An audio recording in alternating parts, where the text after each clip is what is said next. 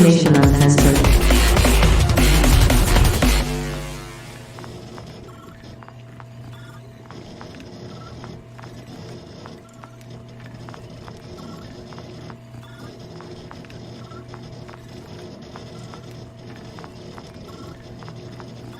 Unsolved, a BuzzFeed Unsolved quote.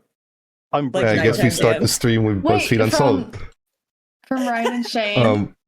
Welcome back to Cybernation Censored. I'm your storyteller. We are playing vampires tonight. And these are the unfortunate undead who are going to be joining us for this evening. Say hi, unfortunate undeads. I'm not that's- unfortunate. I am fortunate undeads.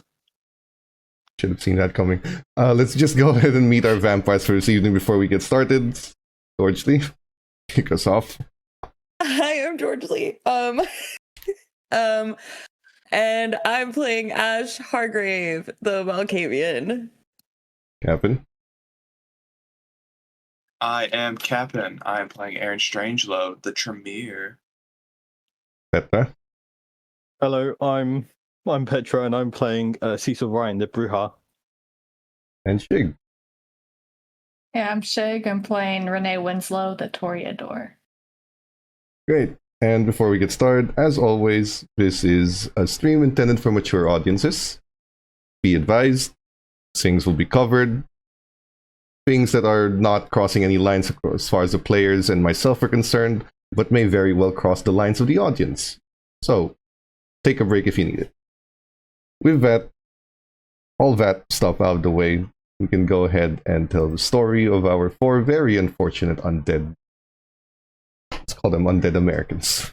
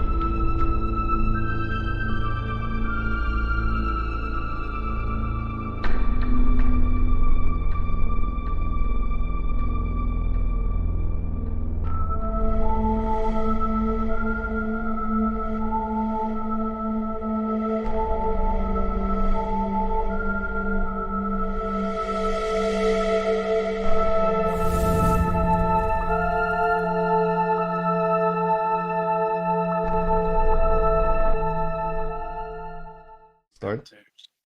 So, we will open this once again with our favorite mortal Jim. He starts yet another day at work. This time, he's dealing with unreasonable deadlines from his boss, complaining about things on the water cooler, complaining about how horrible his new boss is, how horrible the life of corporate America is.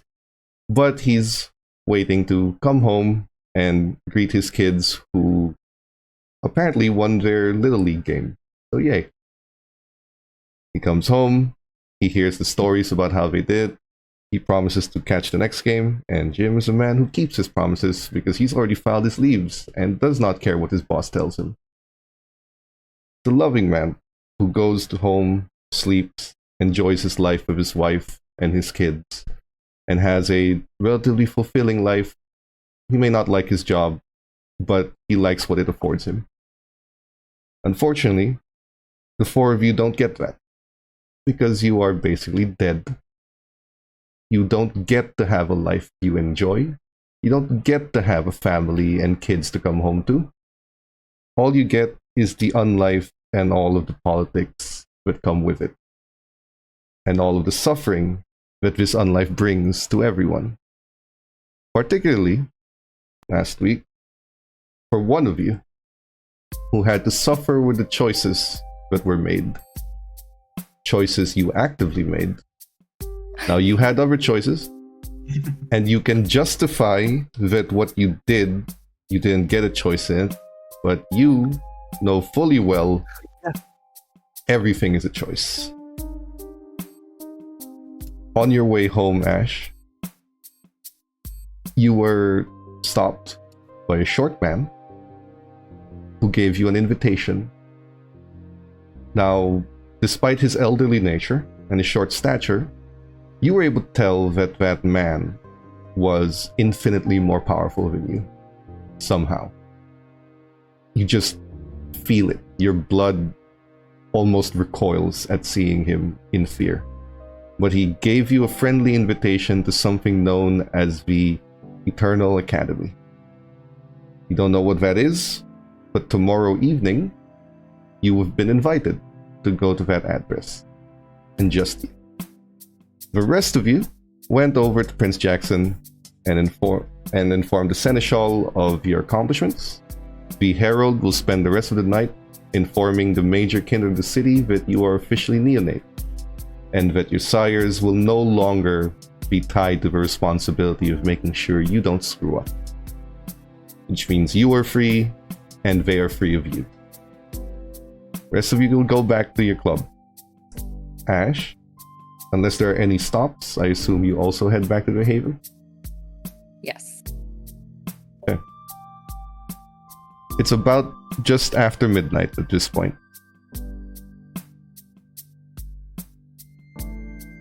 The rest of you arrive first. You do not see Ash there for the meantime. Because, if I recall correctly, Ash has been walking the whole time. Walking has been made easier because your body does not get tired. Your muscles do not fatigue. Because, once again, you are dead. And the fact that you can't get tired, while maybe something you would have wanted in life, only serves to remind you in death of the life you have lost, and you will never get back. As you're walking through the streets of Chicago, the rest of you arrive at your club in the vehicle that you've used to get to the Prince's Haven. Is there anything the three of you will talk about before Ash arrives again?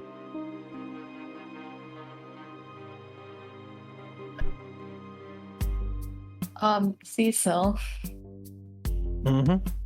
I think before Ash gets here, we should just take a moment to talk about manners and just social cues. Were you ever taught any of those? I had a mum and dad, yeah. Okay, that wasn't the question. Well, Did they teach you social cues and empathy? why does this concern you? Because I don't know if you noticed earlier, but you saying good job on your first kill to Ash was not the best move. You mean she looked pretty happy about it, obviously, and Cecil will sort of smirk. Okay, maybe we should take a step back and talk about emotions first. So, when someone has like these little water droplets coming from their eyes, kind of For huddles Ash, it was blood. themselves. But okay, blood now, but it used to be water, you know. And they're just kind of frowning. That means they are really upset, and we know why, because she wasn't ready to You kill are anyone. And If I'm not, no. Okay, no, please finish. and how does that seem like she was happy? I was being sarcastic, and I know that she isn't up. She's pretty upset. Okay, then why would you tell her good job killing someone when it was obvious that she was upset about How killing about someone? I tell that to her herself, and we have a conversation after? Does that make you happy? And you don't need I to just patronize think- me about emotions, you know? I just think you might need to step away for a moment and wait till she's ready to talk. Sure, whatever, but don't make it seem as if I did it because I wanted to spy her or anything. There's an actual reason behind it, but I'll save that for her rather than my new therapist. There's just always a time and a place, and we don't want any conflict, okay? I'm trying to avoid that. We've crossed that bridge, but I see your point. Still, we're a coterie, so we need to work together. We do need Regardless to... if you want to or not, we complement each other. No, I agree. We should make this business work, but there's some things that need to be sorted out, and I'll deal with it, trust me. Just wait for a moment. That is. Please cool your blood first. Okay. But unfortunately, that is the point where Ash walks in. And you just see the scene of the three of them in that middle section where your rooms kind of, that middle area before you get to your rooms and the hallways to them. They seem to be talking about something. Will you do anything, Ash? I was just like, I'm assuming as soon as I walk in, they all just like look at me. You did open the door. Ash. Hi. How'd it go with the prince? He's fairly happy. We have done our job well, and we have it all figured out. Yes, we're neonate now. Newborn child. That was quick. Okay. Cool, I guess. I think I'm just gonna go to bed or coffin, I guess. I would like to talk as a group, getting this club running at least a little bit before, so that way you can, well, I would say sleep on it, but I don't think we have that luxury anymore. In my opinion, we have time to do this in the morning. We have done a lot today. We can rest for now and put our minds together tomorrow night. How much, Nigel, how much of the night do we have remaining? Sunrise is about 4 hours away. Oh, no. 3 hours away. Okay. There's still some time in the night, but if you wish to call it early. I mean, I guess we can talk about the club. I don't know, what were your thoughts? I mean, we have the name. Well, we need staff. I'm thinking a structure where hopefully we have a manager that we can have one connection to the club with, and then that manager hopefully overlooks everyone else. I don't imagine Kevin Jackson gave us a list of potential resumes to skim through, so we're No, gonna he need did to not. be on the street looking. You will poaching, realize as you most say this that you have been given nothing in the paperwork that you've been sorting through tonight. And we can't post a listing on Indeed. No, So we don't have internet, I'm afraid. What you it's can do regular old posters. is a classic wanted ad on the papers and a help wanted sign on the window.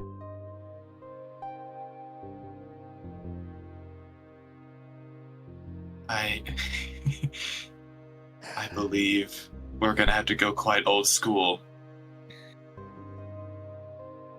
I think our manager would be someone that we need to find that is able to not ask any questions as to why there are 4 shadowy individuals that actually run the club, while they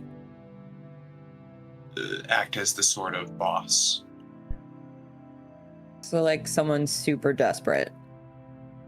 desperate and willing. And maybe a little dumb. It Maybe a also little, can do the job. maybe a little dumb. Yes, It's Chicago. We can find anyone for anything. I wouldn't worry about it. true.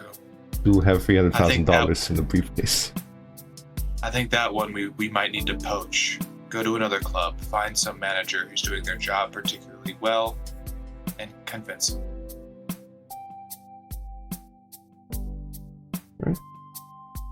And then sort of everything else. I mean, are we going to have like dancers, bouncers, DJs? I think those we can find pretty easily. DJs, we might just have to rely on a house track for a little bit. As in, no live music until we get our the start. But regardless, I've been stewing it, so I don't know how the hell a club works. I'm gonna be frank. I do know we're gonna need communications. I've seen that we have a CCTV set up, and it would be nice to have a pager system amongst our employees and perhaps even amongst us. God. What? I just never thought I would need to learn how to use a pager. I was kind of like in between that time. The medical field still uses them heavily. I have some familiarity with them. Renee, do you remember using them? I'm familiar, but I never had one. Are you calling? What? She's older than I am. It's just Well, a fact. There it is. Renee, She you have looks great. Renee, you have a police background, right? Yeah, somewhat. And they still use pagers, pretty much, right? Radios. I wasn't on that end. I was more the forensics team, so I didn't. Still, in the morning, the evening of tomorrow, I will look. I know a place that sells some electronics. I'll see if I can wire up a communication system. I'll come up with a code that we can use. Something where it doesn't save information. I'll be looking with the 300k to try and look to set up some drug distribution. Maybe get some contacts and see if we can get a monetary system. You know what I mean? Yes, that could be useful. Any conversations need to happen this evening?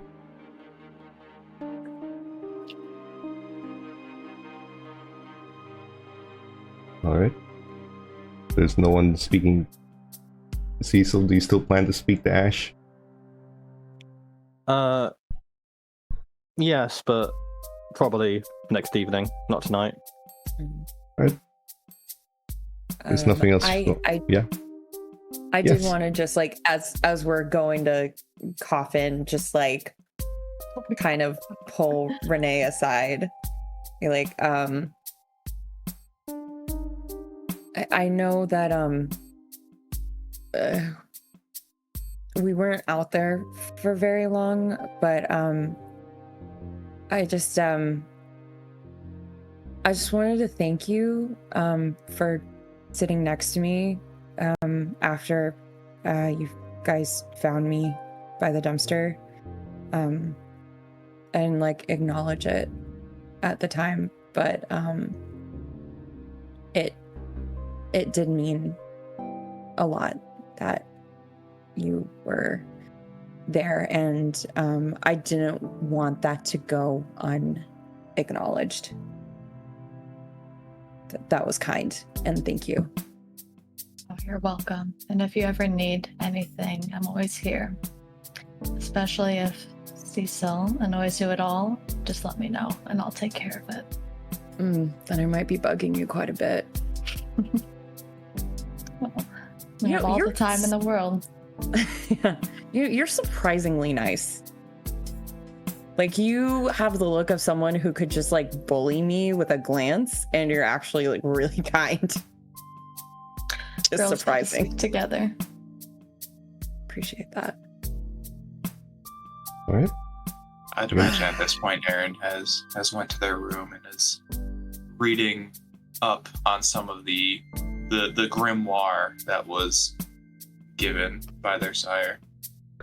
And then thinking about what they're going to do for a little bit. There are 3 + 2s, no negatives. You all separate. You go to your individual we got rooms. a negative One earlier. negative. Oh, we did? Okay, then there's one Yeah. negative too. Okay. With the -2. Okay, we'll deal with that when someone rolls. But for now, when you guys separate, go to your individual rooms, you'll see what happens in the morning. But when the morning hits and your bodies essentially die, we can have this scene in the morning where some stuff gets thrown around. The chandelier starts blinking in and out, and your living room space, that middle of all 4 rooms, just gets absolutely wrecked. Nothing's destroyed, but everything's displaced. Tables have been knocked down, lamps have been put down, chairs have been toppled over. But when you all wake up, there's one thing that needs to happen first. Ash, on your sheet, there's a little blood icon on the left. That will show you your humanity. I would like you to roll that, please, and do a remorse test.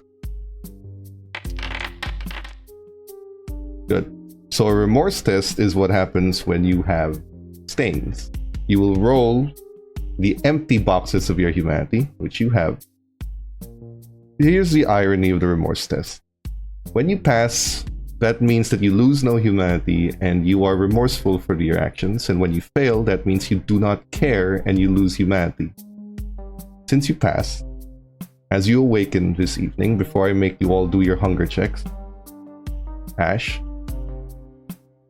you killed a man. Doesn't matter what you think of him, doesn't matter if he's a criminal by your society standards, doesn't matter if he didn't get a choice. You killed a man. Was it for your survival? Yes. Was it because you wanted to live? Yes, you still killed a man. You took someone's life. Doesn't matter if he's undead, half dead, whatever you want to call him. You ended that life. And this is now the monster that you are. This is what you've become. Someone who will kill just so they can live. That weighs heavily on your dwindling conscience. But the most terrifying thing of this evening, when you awaken, is the fact that for a split second there, a part of you didn't care. That thing inside of you didn't care that you killed someone. And that is the part that terrifies when you awaken. That you are capable of that apathy now. That you are definitely not the person you used to be.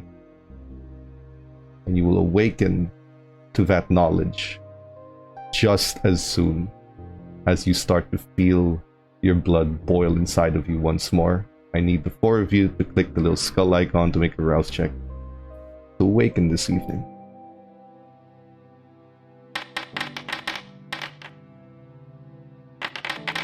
Dang it.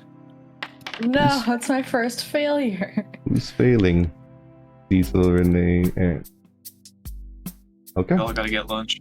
For Ash, you awaken. You are too busy dealing with how you feel to really consider the hunger right now, but the rest of you, you are in the sub-basement of a club. It is loud outside, and while you can't hear what goes on outside, you are somehow just a little bit more aware of all the people walking above you. Blood. You need it. That hunger is boiling inside. It wants out. not too bad yet, but it's there, and you are feeling it in the back of your head. If you do not deal with it soon, bad things will happen. But for now, the four of you will awaken. You leave your rooms. Is this a leave and split up immediately situation? Or does something happen in between?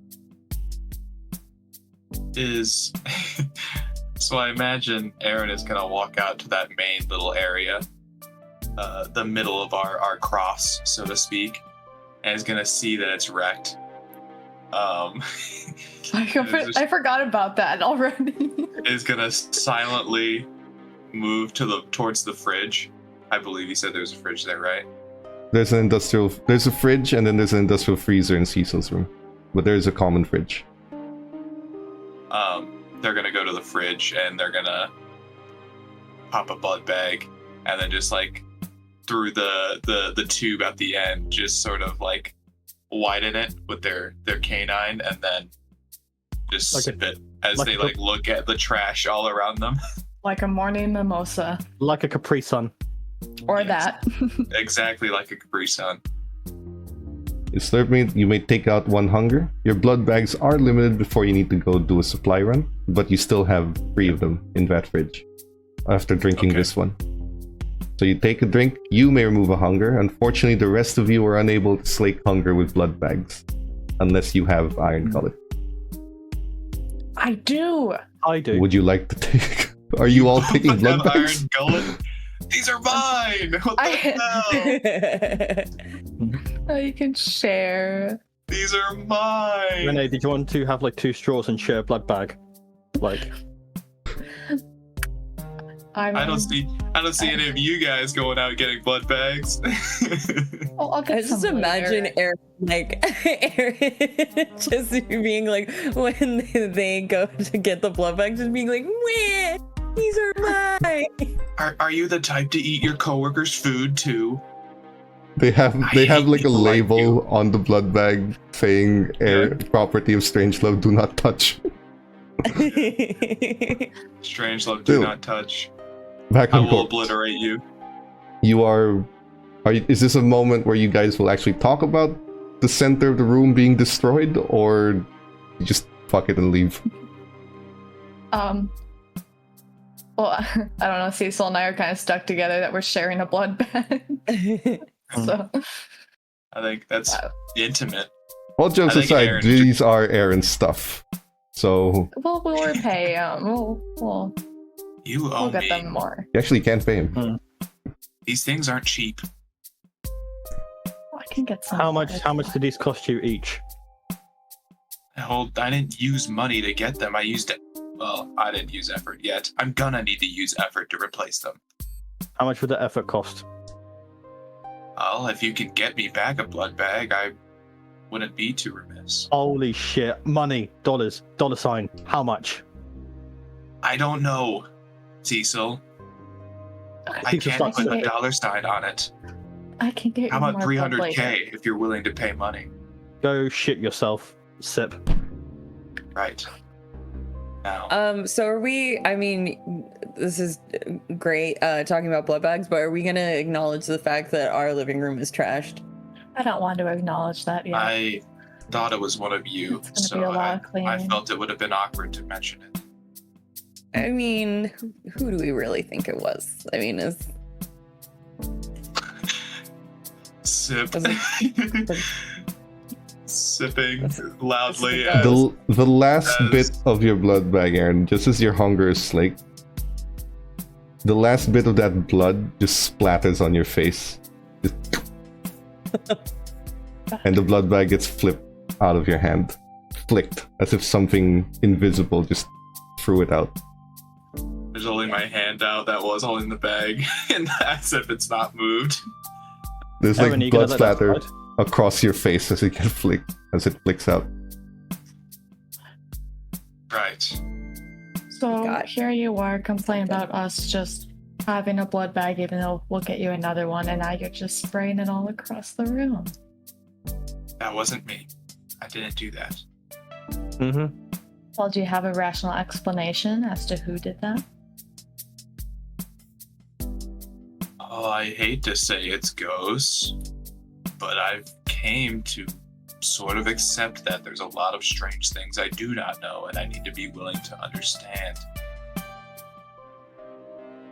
So I think it's ghosts.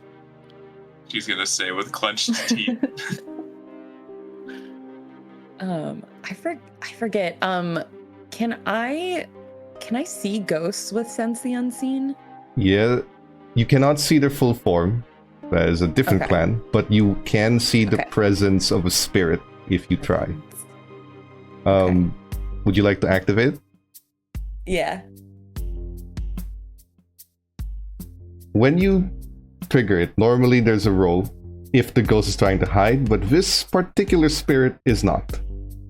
When you activate the power, you will see the vague image of like a hazy silhouette of a person. And it's featureless, so you don't know man, woman, or anything. Just that it's the shape of a person. And you will see that person looking around, moving around as if extremely pissed off. And they're just wrecking things for the hell of it. But they're pretty angry. Oh, they are pissed. You see them? Yeah. Sort of just That's right, I like can see them too. walking around.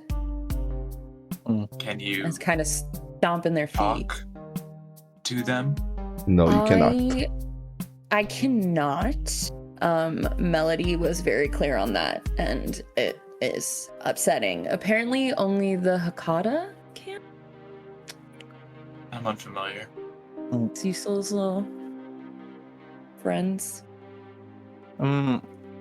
Yeah. Cecil will stand up and look at where they're looking at. I see. Are they naked?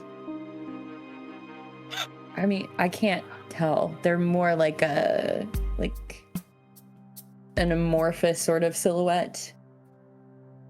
That's boring. Okay. I can't tell gender or anything like that. I'm sure we'll find out.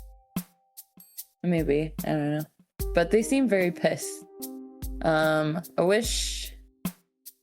I mean, I can't understand it. Can it understand me if I talk to it?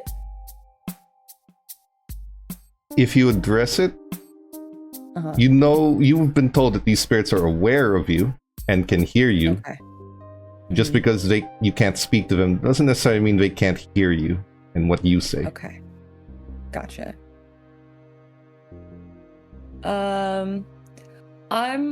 I'm sorry if we've impeded on your space.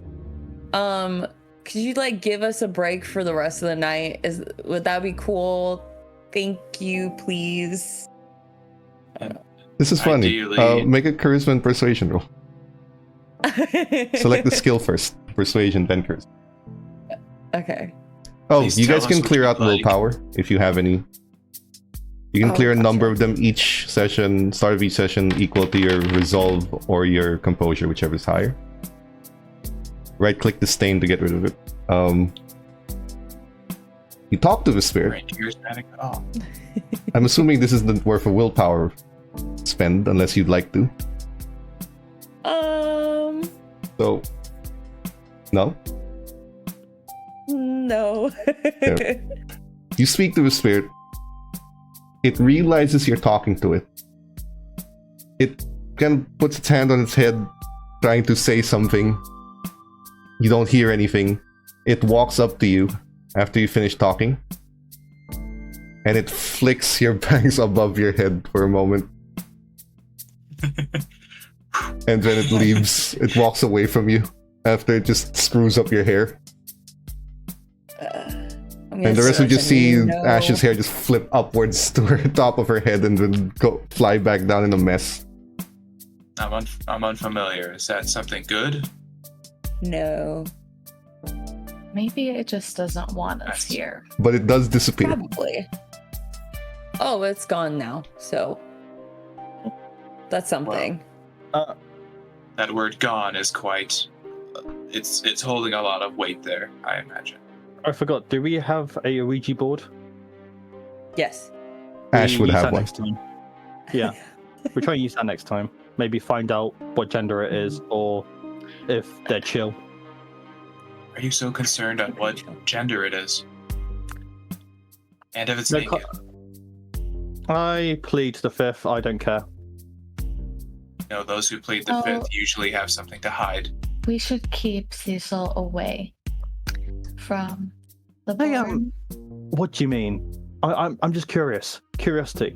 Like, have you guys seen a ghost before? I haven't. I want to see what it's like. Like, is that blame me for wanting to find out what the ghost looks like? Well, Okay. I'm going to just leave it a post note. And then like where the grocery, like I imagine in every kitchen there's sort of like a grocery list, sort of Yep. like piece of paper and pen nearby. They're gonna rip a piece of paper off and they're gonna write, "We wish you no harm. Let us talk." And then just give us some like they're gonna open up a space below and then just like draw an arrow to it. Maybe this will let them know that at least we want to parlay. Cecil will make his own post-it note and draw a 3x3 grid, put it on the fridge, and then cross out one of the boxes on the top left corner. With an X. Yes. Can both of That's- you roll the same charisma and persuasion roll? God damn it. There's still a -2 I forgot to give to Ash. So Don't give it to me. Oh. we will give this to Cecil. Manipulation is good too if you'd like to, if you prefer to use that. Manipulation, okay. Yes. Go ahead. You will reduce your dice by 1. What, When me? it comes out, yeah. You reduce the vampire dice by 1.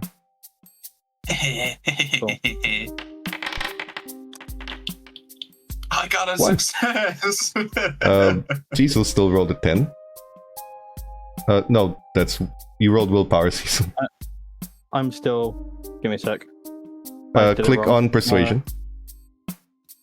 Yeah, I've got it. It's just... Oh, I don't have any dice for... Oh, there we go. Okay. I thought if you didn't have any dice, then you wouldn't be able to do it. Then just reduce Cool. the dice by 1.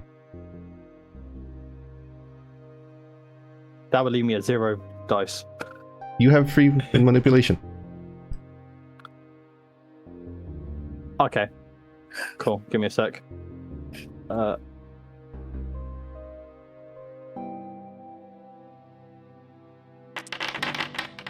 What? Okay. Even if I take 1 out, that is still a pretty good success. Okay. First thing that happens. Anne's note gets ripped to shreds in midair. It's confetti. Cecil's note, you see a Sharpie, put a circle on it. At least we're getting to know just what kind of personality it has. Honestly, just from the vibe that I was getting, I do think that the ghost and Cecil may get along very well. And it might not like you, Aaron, because you kept dismissing its existence. Well, can you blame me, Spirit? Yeah. Yes. Yes. It moves the confetti to a letter Y. I see. Ash, Cecil will quietly... Sorry, go ahead. sorry, I was just gonna remind Ash, you do have an appointment in about an hour. It might take Oh, you a while to shoot. get there. If you Okay, want to go there. Remember, it's an invitation, not no. a requirement. I do. So I look at a clock on my really old Nokia flip phone. Shoot, I actually have to go.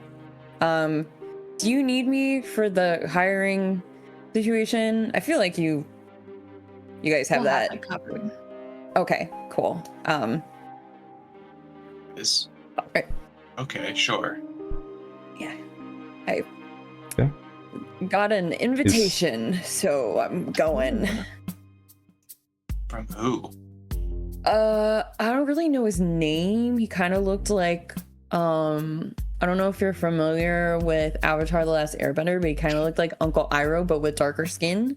I don't know, that was kind of the vibe. Also kind of giving a little bit of Danny DeVito, but like not quite that short. Cecil will And what slowly. kind of invitation? To like a school. I hand them the And this envelope.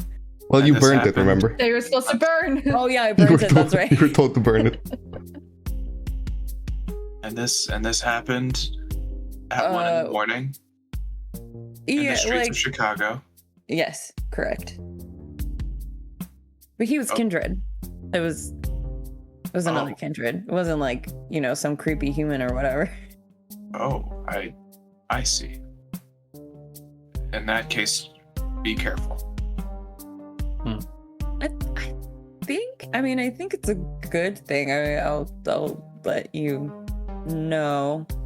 And I mean, at this point, if something bad does happen, I'm pretty sure that the Camarilla can just, I don't know, put another fledgling in here. I don't really think you guys have anything to worry about.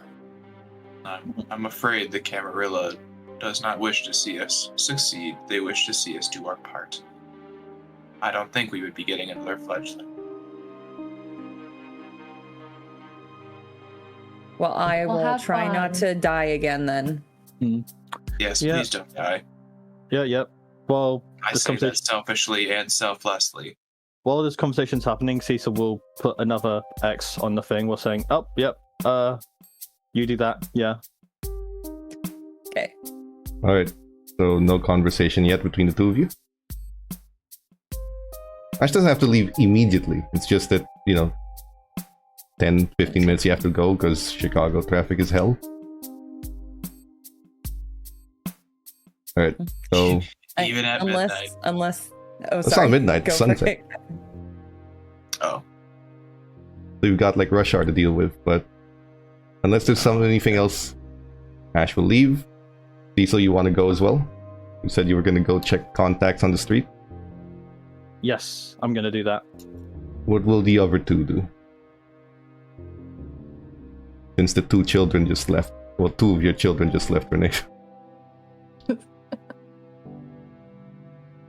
Well, do you have any plans for tonight, Aaron? I'm going to go to an old tech shop that I knew in my mortal life.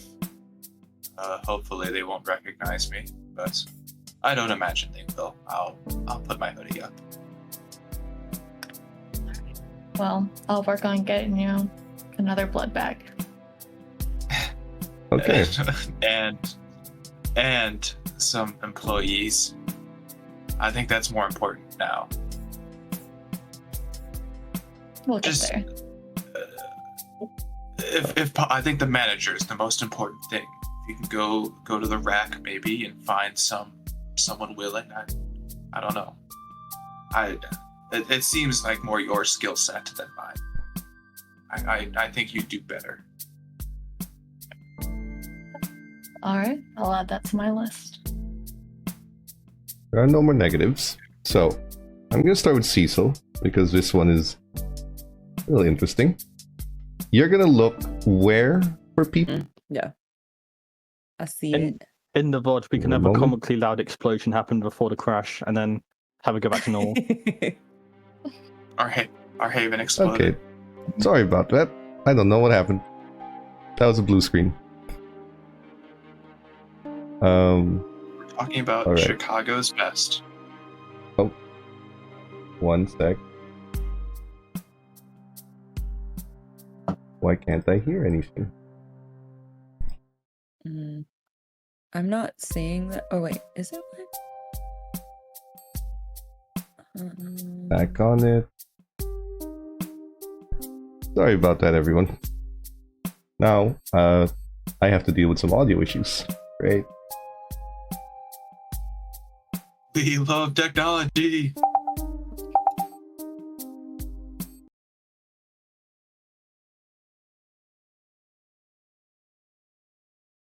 I just Okay, know it's coming. we're back. That's my bad.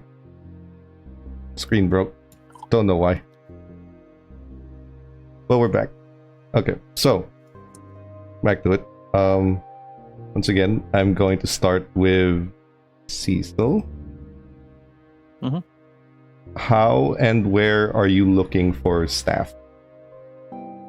I'm looking for like distribution. Sorry, 1 second. I am not hearing anything. Okay. Say something again. Hello. Yep. I'm looking for sort of distribution in terms of drug distribution. So, I'm going to like lower class areas and not areas that are completely filled with druggies, but more like areas that are known for dealers. You're trying to look for small-time dealers, I assume? Yes. Okay, I'm having a bit of trouble logging into Forge, so I'll just have you roll your wits and streetwise and tell me how much you actually get out of it. Yeah.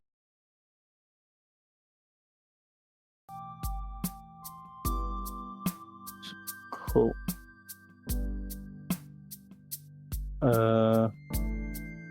Sorry. 1 second. Fine.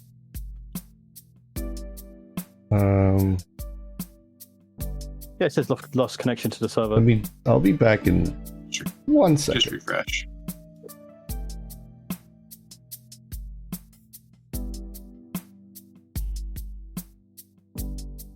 All these technical issues. I don't know what's happening.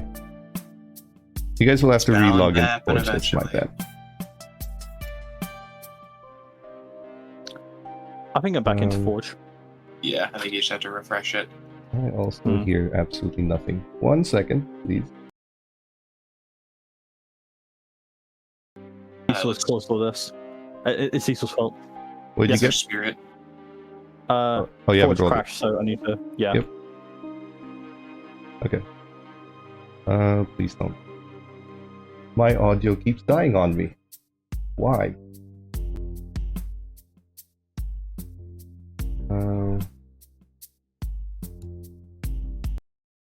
Okay.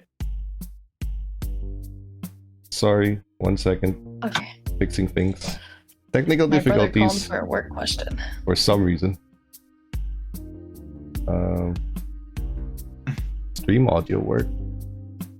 Okay, that's 2 successes. Give Junkie me 1 is actually second. the ghost.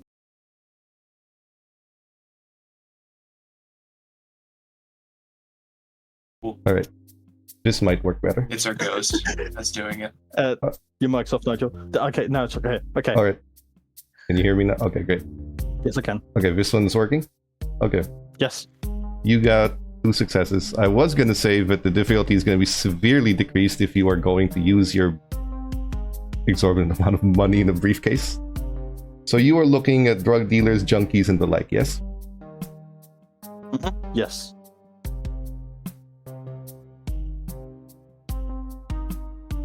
All you really need to do is hire the guy who's going to do everything else. And there is one guy that Cecil is aware of in his life that may be potentially useful in his unlife. And while you're not allowed to ghoul anyone, you are allowed to blood bond humans, which is essentially just giving them a little drop of your blood, enough that they become loyal to you. Is that something you're looking to do? Absolutely. Okay. Is that something you want to do by force? Are you trying to be subtle and put it in his drink? I'll offer it. A blood bond? Yeah, I'll just say, Remember, No, they're thank not you, but aware of this world. yeah, I just remembered that. I'm doing it subtly. I'm doing it way subtly. I'm spiking it. Can you do dexterity and subterfuge, please? Yep, sure.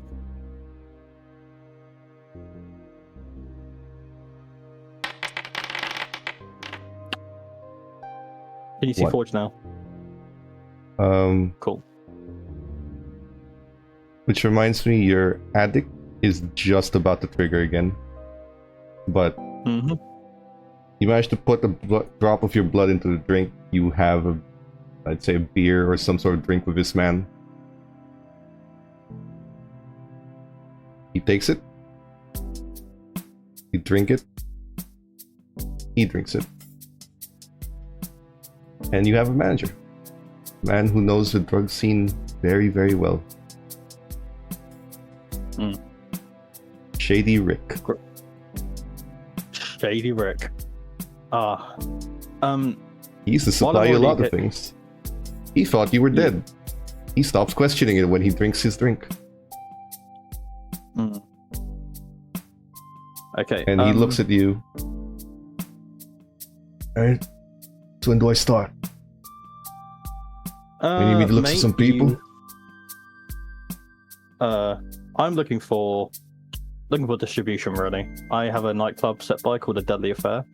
We're looking to get sort of a stream running through there, you know what I mean?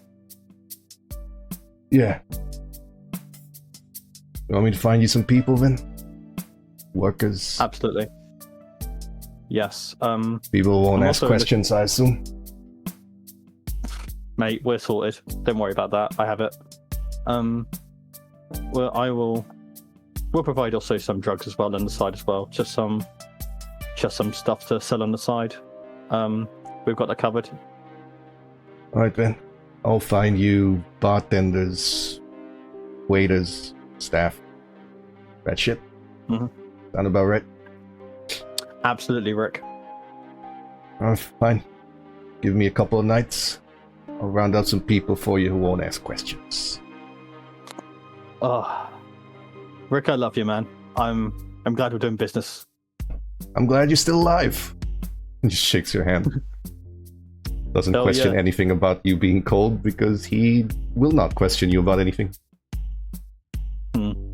I'll get you your people. Cool. Give me a couple of nights. Bartender, 5 waitresses. Hot ones.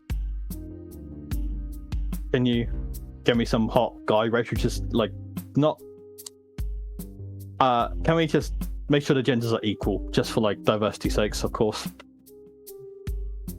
Do they all need to swing both ways? If you can find them, that would be great. We love diversity. JD Rick can find anyone, anywhere. Absolutely. I'll get you some people. Hell, I'll get them to work for meth. Oh, maybe not meth. Have you ever seen meth mouth? It's horrible. I'll get them to work for weed. Can you provide weed? Oh, can I provide painkillers and weed? Absolutely. Painkillers are fine. Yeah, I'll find you some people. There's bound to be bisexual drug addicts in Chicago somewhere. Oh, I know that, don't worry. I'll find. He just looks. You can count on me. And he looks, and you were told what a blood bond does, but this is the first time you're seeing it in action where he is very eager to please you. He wants you to be happy, and he will do what it takes to make you happy. And he shakes your hand, and he leaves with that in mind. Now, can I... Oh, sorry, go ahead. Can I quickly, like, if you're switching to another scene, that's fine, but my next action will be to find a drug addict to satisfy my addiction. Yes. In your turf or in the rack again? The rack will be an easier feed. Okay. Yeah. Since your addiction's kicking in, that -2 will apply itself automatically. You don't have to do anything. But you will just click on your feeding roll. The D10 icon next to it. It'll help you find one. Absolutely. Then just roll it as is. What? Right. That's the... No, I thought I read the hunger one. My bad. No. You see the custom roll, feeding rolls, the dice on the left. Yes, got it. I clicked the wrong one. My bad. There we go. Perfect. You are able to satisfy your addiction for the evening, feeding on yet another drug addict, taking away 1 point of hunger, and fueling yourself in the evening on someone who's probably a little too high on Vicodin. No, sorry. Oh, yeah, opiates. Vicodin. Nice. Now, Ash, you were the other person who had a pertinent meeting to attend. You go to the location? Okay. The location you've been brought to is an actual high school. It is closed, but there is an entrance, almost as if it was waiting for you. The entrance is open and the guard allows you to enter. The man that you met the previous night, bald, dark skin, long beard all the way to his chest level, little plump side and about 5 feet tall. He looks, or is overlooking at the roof of this high school. And the very path you need to take to get there is already open. Doors, staircases, rooftop. It is the only path that is open. It is directing you there. As he looks out to the city, he does not turn to you, but the moment you open the door and approach him, he speaks to you, without looking. Tell me, child, how do you feel of your new life? Speak in no uncertain term. You will not be harmed here. Yeah, not great. It's been pretty shitty thus far. But do you wish to succeed?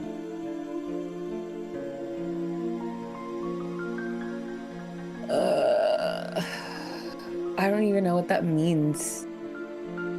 Like, Then I survive? shall Sure. refrain. Do you wish to continue living? Yeah. Or is this a life you wish no longer to have?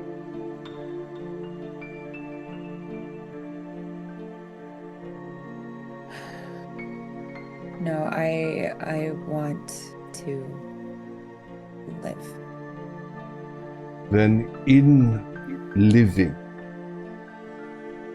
do you wish to remain as you are?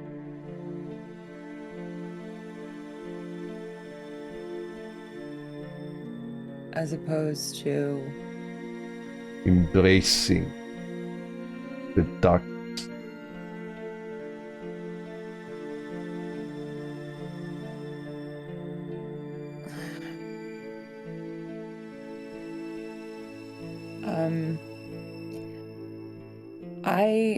I don't know. I mean,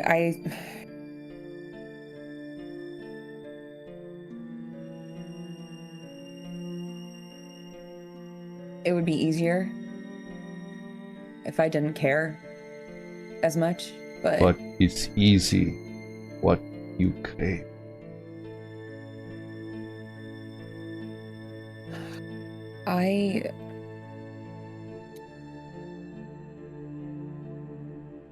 He turns to you for the first time and looks at you. I saw the look in your eye when I found you. The look of guilt, of reminiscence. You have been made to do something you do not wish to do. Is that correct? yes.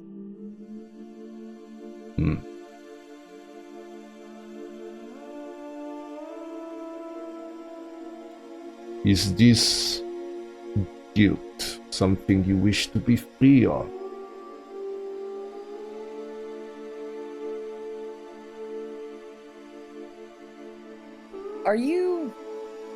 Are you offering for me to just not feel anything? Offer you nothing, child. I ask what you see. This is not a trick question. This is an inquiry.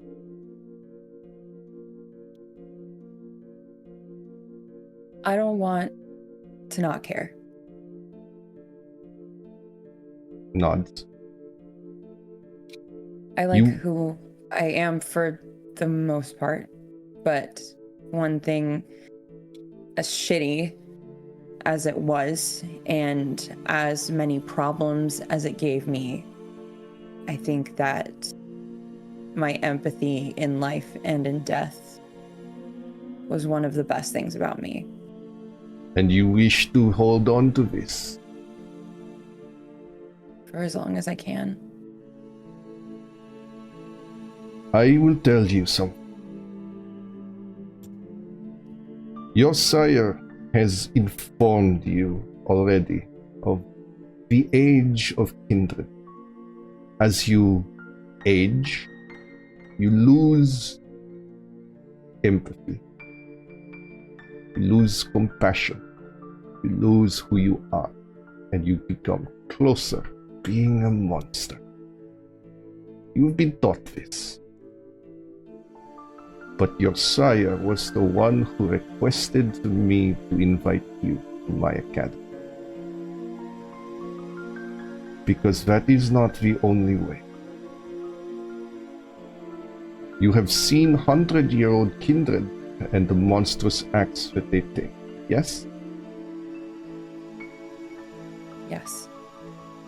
I am over 2,000 years old, and I still understand the meaning of empathy and compassion, because it is not impossible.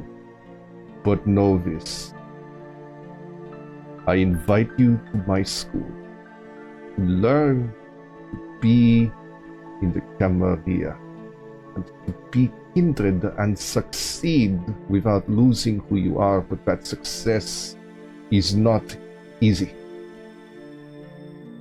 You will struggle for the rest of your unlife to hold on to that empathy you value so dear. But the fact is, struggle means progress. If we do not struggle, we stagnate. We do not progress. And as long as you hold that struggle inside you, you will never lose yourself. I will teach you, but you must want to be taught. I will teach you how to survive being kindred.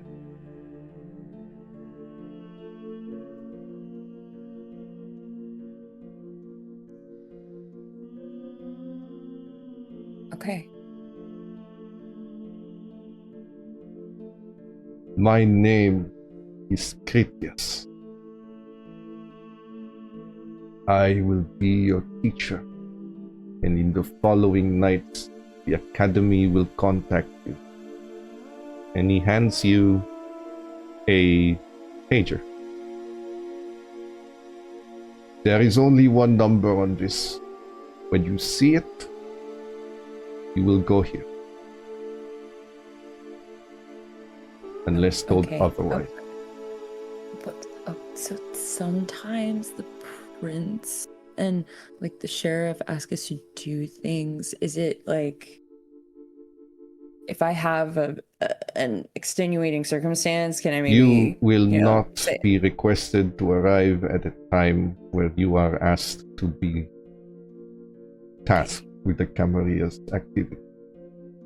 cool? Because the prince scares the shit out of me.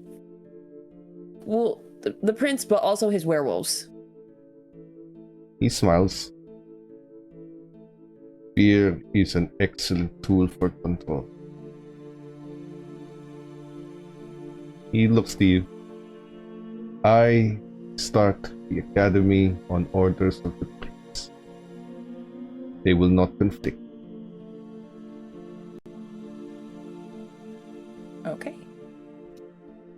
Do not lose the struggle to your humanity.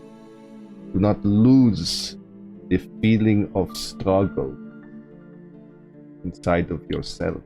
For it is that feeling of struggle that allows you to hold on to that hope, to this empathy you care so much about. If you struggle, that is good. Struggle means you have not lost the monster inside of you. And after 2,500 so years, I have yet to see.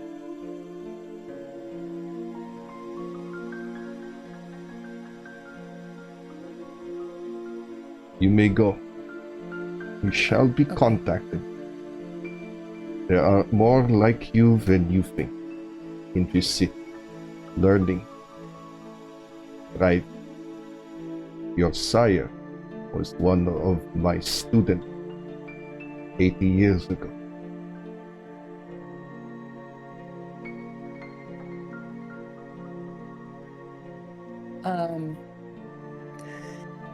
So, quick question. I just thought of right now, and no one else was giving me. So you said you're 2,000 years old. So like were Do you like know your history? there? Kind of. Does my name mean anything to you? Does it? Intelligence and academics, if you'd like to try. Okay. It's not art history, so that won't apply. Dang it. Certainly not art history. No. Give it a shot. See what happens. And intelligence. Okay. Not my greatest roll, but we'll see. Hey. Wow. You're so smart. He asks so you, smart. Holy shit. and you remember, around 400 something BC, give or take. There was this whole thing about a Spartan war against Athens because Sparta didn't like democracy. And they destroyed Athens and its leaders to reinstate a government of 30 leaders to mimic Sparta's own tribunal. These were known as the 30 tyrants of Athens. At the helm of that was Critias. Now, tyrant meant something very different back then than it does now. But Critias was brutal, bloodthirsty, and scared even the other 29. But it was short-lived, and he died. That man seems to allude that is him, which would make him roughly between 24 and 2500 years old. So you really changed a lot from who you were as a human. When one becomes a monster, one begins to have perspective. It is a very different thing to see the effects of your work in history take place from a third-person perspective.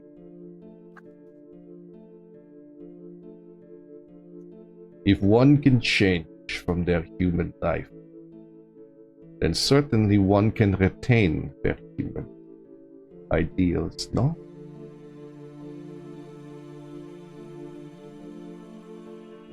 You had a question for me. Yeah, so did you know Jesus? Was he real? And like the things that There he did, was I don't know. a man Just curious. crucified. There were hundreds crucified. There was a man who led a cult that became a religion, crucified. I believe the term of your world today is, he thinks long, con artist.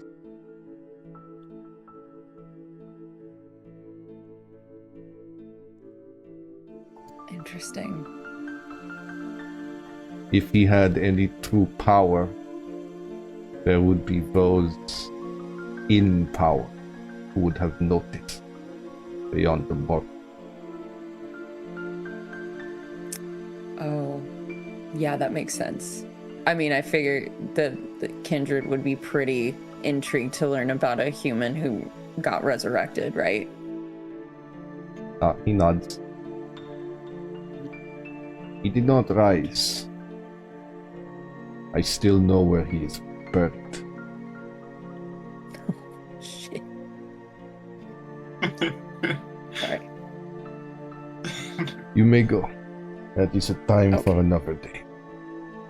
Okay.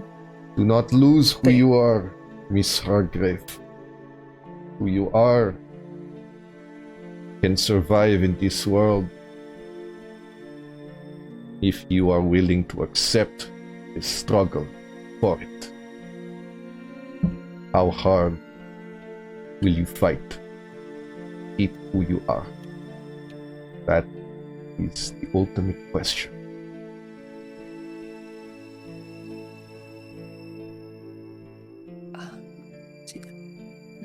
Thank you for, I don't know, do you like bows? Thanks I am not for the one opportunity.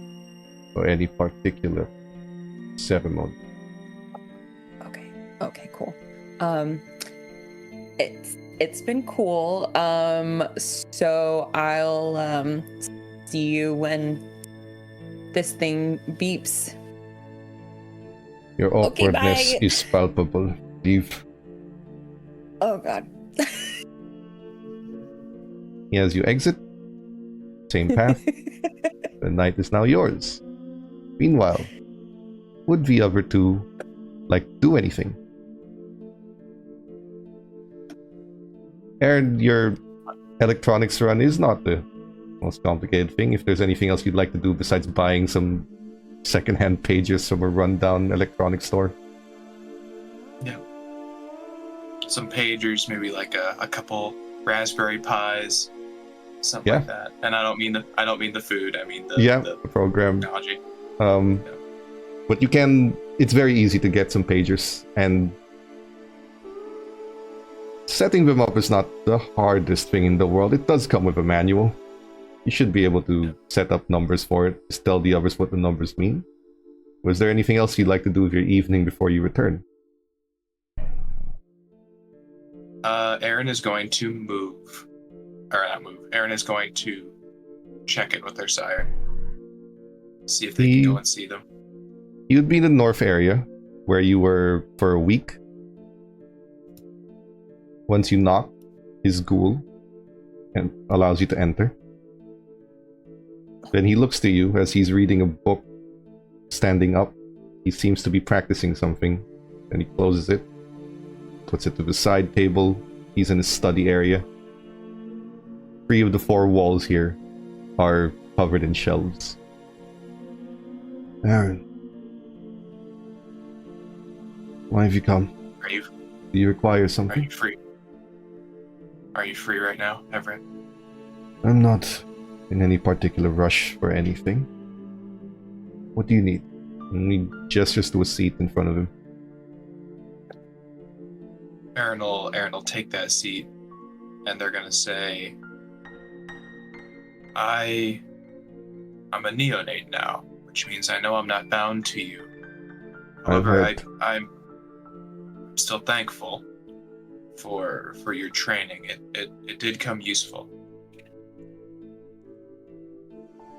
But that's not why I'm here. I wish to know more of my clan. I wish to know more of what I can do for you, for those to be useful. As we First thing you will learn, that you must learn, Aaron, is that in order to be useful to the Tremere, you must first be useful as a kindred. The powers of your blood I have taught you. I have sent you a grimoire for the most basic of rituals for you to learn. Your first endeavor is to learn them. The second, and perhaps in conjunction to that, is to be recognizable to other kindred. First thing you must know about our clan, we live on being useful. We would not be tolerated otherwise. We, as a clan, we are instruments. If an instrument cannot do what it is meant to do, it's tossed aside.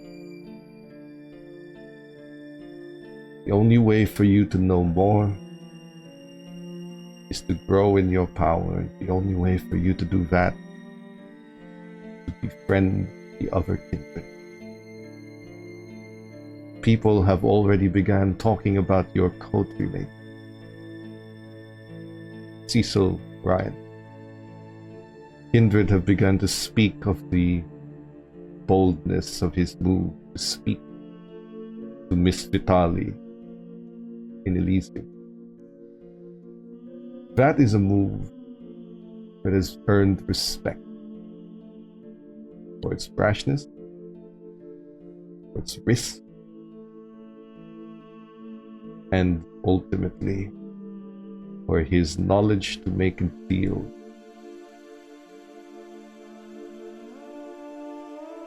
Naive as some may call it, if he is able to fulfill that bargain,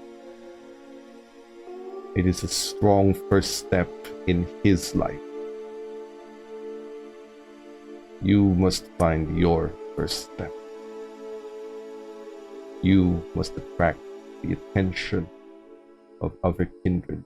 Know that you are here, be part of the society and not be a mouse in hiding. How you do that is up to you. Everyone's path will take a different turn.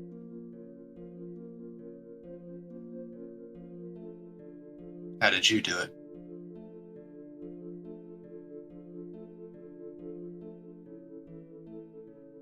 Taking that step, I can tell.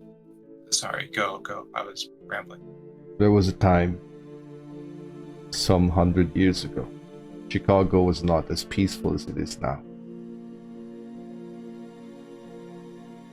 The Tremere held the city as long as they could, but factions from across and the Lupines were a problem.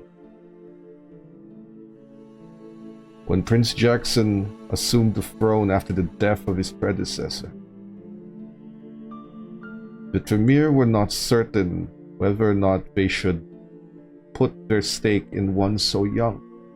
Prince Jackson is barely 70 years old, kindred and human years put together. But I saw something, and I saw an opportunity, and I took it. He required a sorcerer. I provided him sorcerer. I did what I had to, and I spent 20 years bonded to Prince Jack until I was offered my release. I found the risk I was willing to take,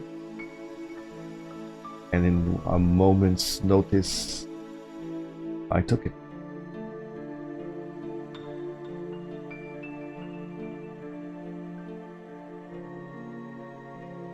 Through a blood bond. That's For how a you decade. did it. For 2 I decades. see. By the turn of the millennium, I was set free.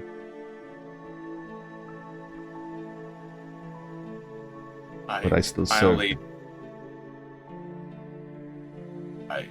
I see. I don't imagine you would go and suggest to me that I go to the prince and ask him for a similar blood bonding. The prince no longer requires such an endeavor. He has grown in his power, but he has not forgotten those who helped him there. I am suggesting you find a kindred who is willing to take a chance on fledglings and make an impression, not necessarily a blood bond, but just make an impression, whatever that entails to that kindred. I see. I've only one more question of you, and that is, I've been sitting on it for some time. I've been thinking of my clan. How I've heard at multiple turns, I've been clear with my coterie how I understand we're perceived to be untrustworthy. Yet I've no desire to betray them. So why am I deemed untrustworthy? Innately. First of all, anyone who trusts freely in our society is a fool, regardless of clan. Secondly, our clan has a tumultuous path. we were not always a clan. We were human mages. And in our dwindling power, we sought for another. We forced ourselves to become a clan. As such, we are seen as outsiders. And the Tremere are only trusted to the extent that they are useful. But they are not fully trusted because they do not know what it is we truly can do. Our rituals are expansive, more than you can imagine.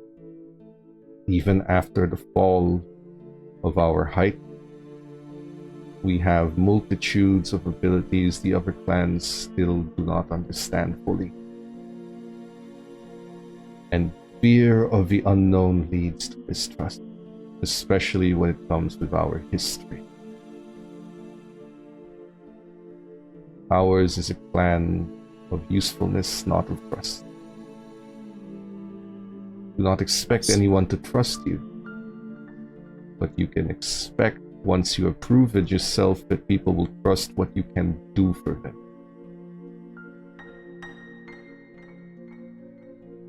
If you can. That all relies on an impression you can make on a kindred willing to listen. You will find that harder. You will find that harder than it sounds. But that is the role of a fledgling in this society. That's the role you must fulfill if you wish to thrive. I see. It's making some sense now. If I'm to look for someone who I can be useful for, where should I start? I was thinking the rack, maybe someplace where I can find some other kindred. Put my ear to the ground, hear some happenings, maybe, and see how I can get involved. The rack is an excellent place to start.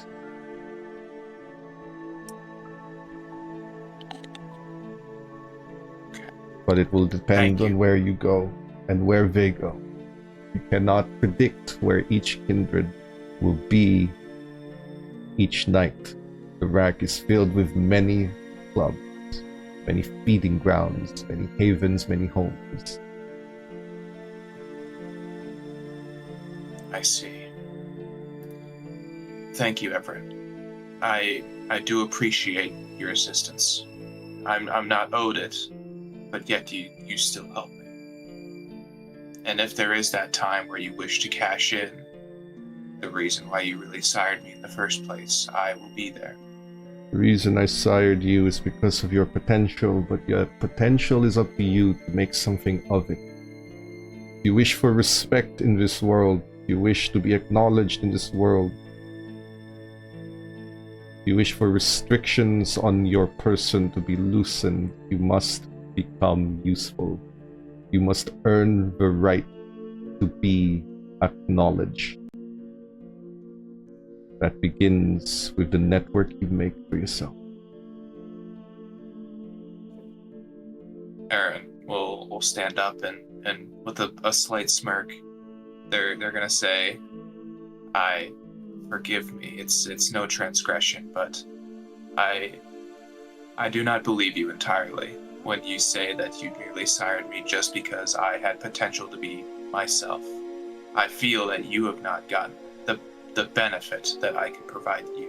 I did not say that I sired you because of yourself.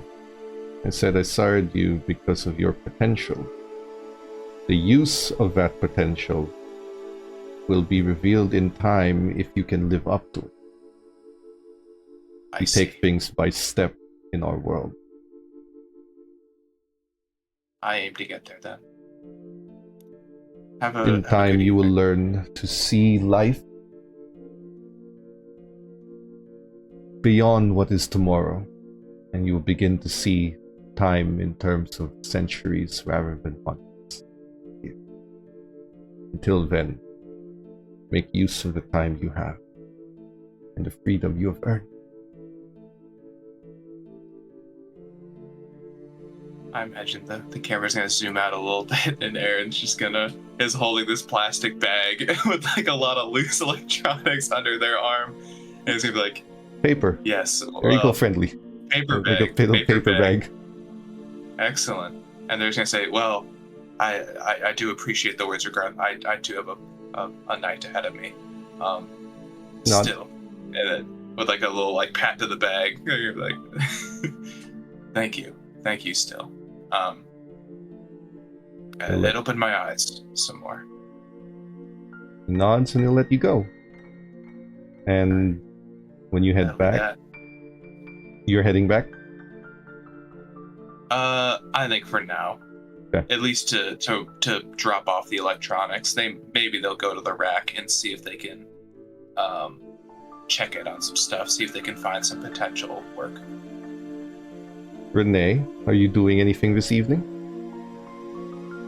Okay, so for the help wanted posters, since we don't have a computer, do I just have to write it all by hand? Essentially.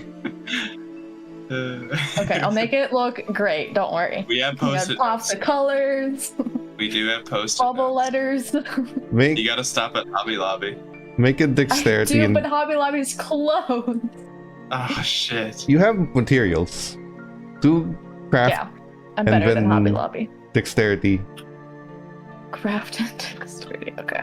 And then when you Yeah. click confirm, make sure you tick the painting specialty on the right side under selectable modifier. Okay. Yes. And you are hungry. And that is a messy critical. What does that mean? Okay, great. You're gonna make a very scary poster. No. Your intention is to help wanted is to attract attention, yes? Yeah. That's the intention of this. So, you create a poster. At first, it starts out simple help wanted, and you think, nope, that's not right. That's too 90s. Scrap it. Next piece of paper. You stylize it a bit, like something's missing. You add a little bit more, something's still missing. You want it to grab attention, you want people to pay attention to it, you don't want people to be crossing the street ignoring your help wanted. You want this to be the center of attention. And so you create a help wanted poster that is filled with splatters of blood that has a stylized effect to it. But the splatter, no, it's not appropriate. You scrap that. Instead, you write it with blood. You use the blast blood bag as paint, and you write it down. Wait, Aaron's blood bag. Yes, because you need blood. You use the Why last do blood bag. You write it down It's on the so board. aesthetic. You write help wanted. It is right there. It is written in blood and is dripping. And you No allow other it. notes to self-wanted. You allow it to drip, and then you dry it to make sure that there are like little blood drops across the help wanted, and no one is going to miss this sign. And then, without a second thought, allowing the beast to help you. That's what a messy critical is. You get a critical from the beast, your red die, your hunger. You take the poster and you put it outside.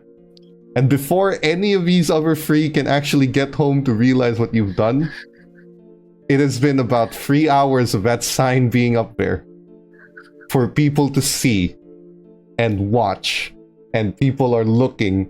And the first one back is very likely going to be Ash. Because all you have to do is go to a high school and then come back. And as you come back, you notice that there are people looking outside, seeing a help wanted sign. It's like, oh great, Renee's able to attract people. And the closer you get to the crowd, you notice, is that blood on the help wanted sign? Oh god. And people are taking photos, taking selfies with it. Do you want to hear what they're talking about? Attracting attention to Yeah. our club. Would you I like really wanna hear what to they're listen? talking. It is Do for Yeah. sure. awareness and then wits. Okay. It is definitely a unique publicity stunt. You can just say it's Brad Criolla. Don't worry, we can get away with it. Yeah. The deadly affair written 4. in blood. Okay. Here's our phone number. So, there's a help wanted sign. It says to come inside for more details. It is outside a club where your neon sign has been made in the morning. It says deadly affairs in neon lights. Bright neon lights. The lights are already on. The sign is there, and you hear people saying, "Hey dude, check this out." And then people are streaming. It's like, oh shit, what is this? Gonna be one of those golf clubs? Looks like it. Is that blood? Yeah, they probably used some pig's blood or shit. Holy crap, this is gonna be so cool. These take photos. Finally a club that's got some life in it. Or death. And they just kind of look at each other. And you get some publicity. And some attention. Maybe not the crowd you guys have agreed on, because you haven't agreed on the crowd you're trying to attract. But you now have a crowd you're attracting. It's not necessarily getting the staff it was intended to. It is getting the crowd that is going to arrive. Seeing this as some kind of gimmick. Do you do anything, or do you just go inside the back entrance where they don't see you? Yeah, I was gonna say don't go in the front entrance. Why wouldn't I go in the front entrance? You're going in the front? It's like, You might get yeah, oh, I want a job here. This looks cool as fuck. Maybe you can get others to join. Do you want... Is that what you want to crowd. do? You want to make it look like... Yeah. Roll Monkey me your see, monkey persuasion do. and manipulation. Okay. Oh god. Not my best. Whoever's coming back next is fucked. Because Holy shit. they're gonna have to play manager. Persuasion, manipulation... Oh, sorry, what was that?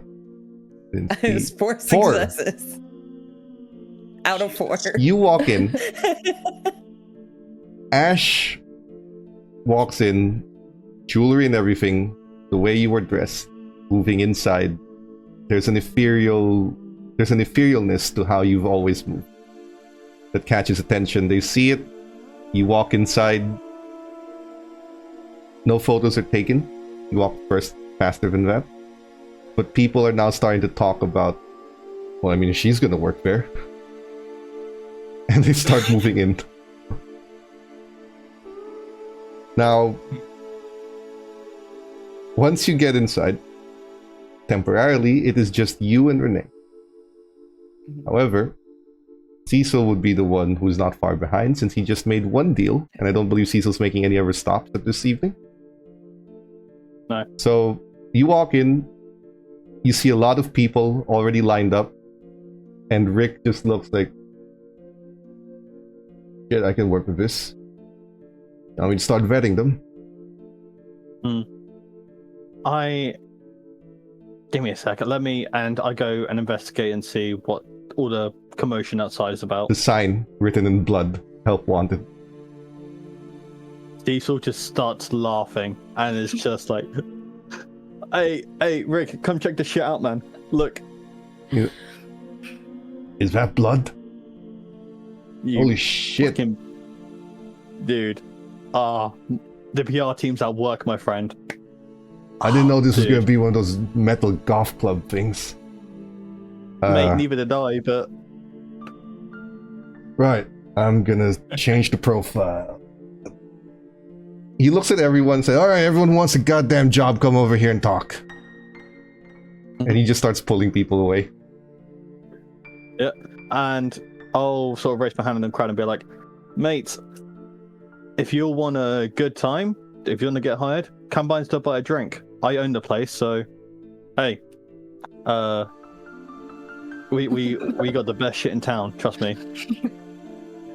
That is not what we They look- agreed. And they're not. I don't know. You apparently own the place now. Cecil's blowing the shit wide open. You walk inside while Rick handles people for employment. So you can also head to the basement. Which means Aaron arrives, seeing some unknown guy talking to an entire crowd of people after seeing a bloody help wanted sign outside. Yeah, hold on. I had to type that out real quick. Before we get to the mess of what is happening, we will take our break there and then see how the coterie deals with what just happened thanks to a domino effect of Renee's beautiful sign work. We'll be right back in about 10 minutes. Yeah. Don't go anywhere. We'll be back.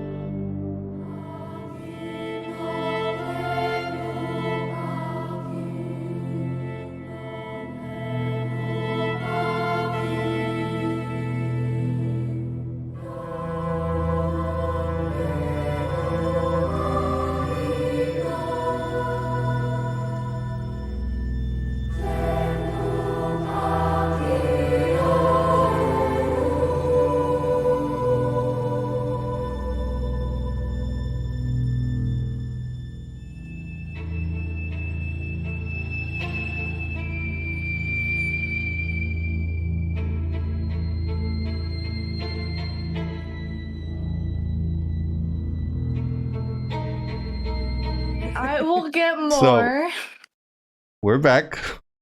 And there's a sign written in blood outside that's attracting some attention. People think it's pig's blood. You haven't necessarily broken the masquerade yet, but you have identified a group of a subculture of people that will be your main patrons now. Is there anything you would like to say to each other now that you've kind of regathered, knowing what's happening outside, and that there's a strange unknown man upstairs who is talking to these people in an interview-like fashion? So I think we're goth club now. Yes, the sign with blood was very telling. Say, Renee, you made it, right? Where did you source the blood? Because I have a hunch. So, I may have just gotten a little carried away. Just don't check the fridge until later, and we'll get you some more. Right. Awesome. Excellent. Cool. So now you and Cecil both owe me a bag. Mate, don't. That okay? Although it's funny as fuck that that's what happened, I only owe you one. Renee owed you the other because of the PR That's stunt. what they said. Yes. Yeah, That is what I'm saying. exactly. Awesome. Also, what happened to keeping a low profile, Cecil? Like profile, I don't know what you're talking about. We're not supposed to be seen as owners. We're dead. The thing is that if there is another frontman needed, if there's someone who has to be revealed behind the operation, then there has to be someone. It can't be all four of us. If it's only one of us, that's a lot better. Cecil is bullshitting, by the way. This is Okay, that's what the manager was supposed to be for. Yes. And I imagine that man with the 5 o'clock shadow and the slight stench over there is supposed to be. That is Shady Rick. He's got. He's under our employment, so he's going to be managing stuff for us. Because of what I did. Is that his government name, Shady Rick? Is he willing to take W-2s in that name? You don't want to It's the ask. same way you do Anyway. in Strange Love. The difference is I'm dead and Rick is not. But Rick is much cooler. But let's skip to the juice here. I'm sure debatable. he smells cooler. Because of my efforts, we now have a running employment. We now have staff. We now have potentially also drug distribution as well. I've set it up so that we can be selling drugs now. So I would say that today's been a massive success. Yes. I don't yes. think that you can take all of the credit for stuff. I would say that Renee and I helped a lot with that, with her I know. sign, and me kind of goading them to go in the first place. They were all just taking pictures out front before I came in. Of course, I wasn't denying that. You were a massive help, Renee. I loved your art, by the way. Amazing stunt. You really captivated not my eyes, but the eyes of Chicago. You know what? That's not where I started, but glad it got somewhere. Oh, they do. They say artists are very passionate. I'm going to go to the security room and I'm going to see if I can program these pagers. One for our potential staffs to use, and then ideally with, I guess now Rick and you, Cecil, will be the ones to contact by our employees if the club is having any issues. And then we will have our own that are isolated from the club. Cecil? I'll teach you all how to use them. Cecil, your phone receives a message from Rick, your burner. He says, Boss, got news. Where you at? Obviously, you meet can't me- invite him down here to the Haven. No, of course. Meet me on the street near the Deadly Affair, just on the sidewalk. Okay. You head there immediately? Are you bringing Yep. the others? Guys, Shady Rick is at my DMs. We're gonna have a chat. You're all free to join or not. I don't really care. There'd be a good chance of meeting. Doing a bit of vetting for Mr. Rick. Yeah. I'll go with No. just to make sure you don't make any other little mistakes. I'm not That gonna bang sounds him. good. Don't worry. That's not what I was inferring, but Yeah. But it sounds like if it's a mistake, then banging I- Shady Rick is. I'm talking about you just never mind. Cecil, you have a very imaginative mind. Now let us please. So, are all of you going? Sorry? Yes. I will go. Okay. Aaron probably has to You- talk about the pagers with him. You go upstairs. Through the sub-basement, you have a staircase that leads to the alley next to the Deadly Affair. You see a man there, brown leather jacket, a 3-button Henley shirt, jeans, and boots. He has long, curly hair. Not curly, wavy. He has long, wavy hair that's kind of just parted on the left side. Has a 5 o'clock shadow, but generally looks fairly clean. And he looks to you, well, fairly clean by the standards you might be placing based on the fact that he's Cecil's contact. But he looks to all of you. Oh, shit. Whatever. Hey, Cecil. So I got your staff. They're ready to start whenever you like. So, he starts showing you Polaroids that he took of them. This is Brian, Luke, Mason, and I think this one was Tristan. And then this is Jenny. This is Jenny, Diana, Taylor, and Sam. And like you said, they're all bisexual drug addicts. Well, Cecil turns around to everyone else. Let me explain. Yeah, It's- please.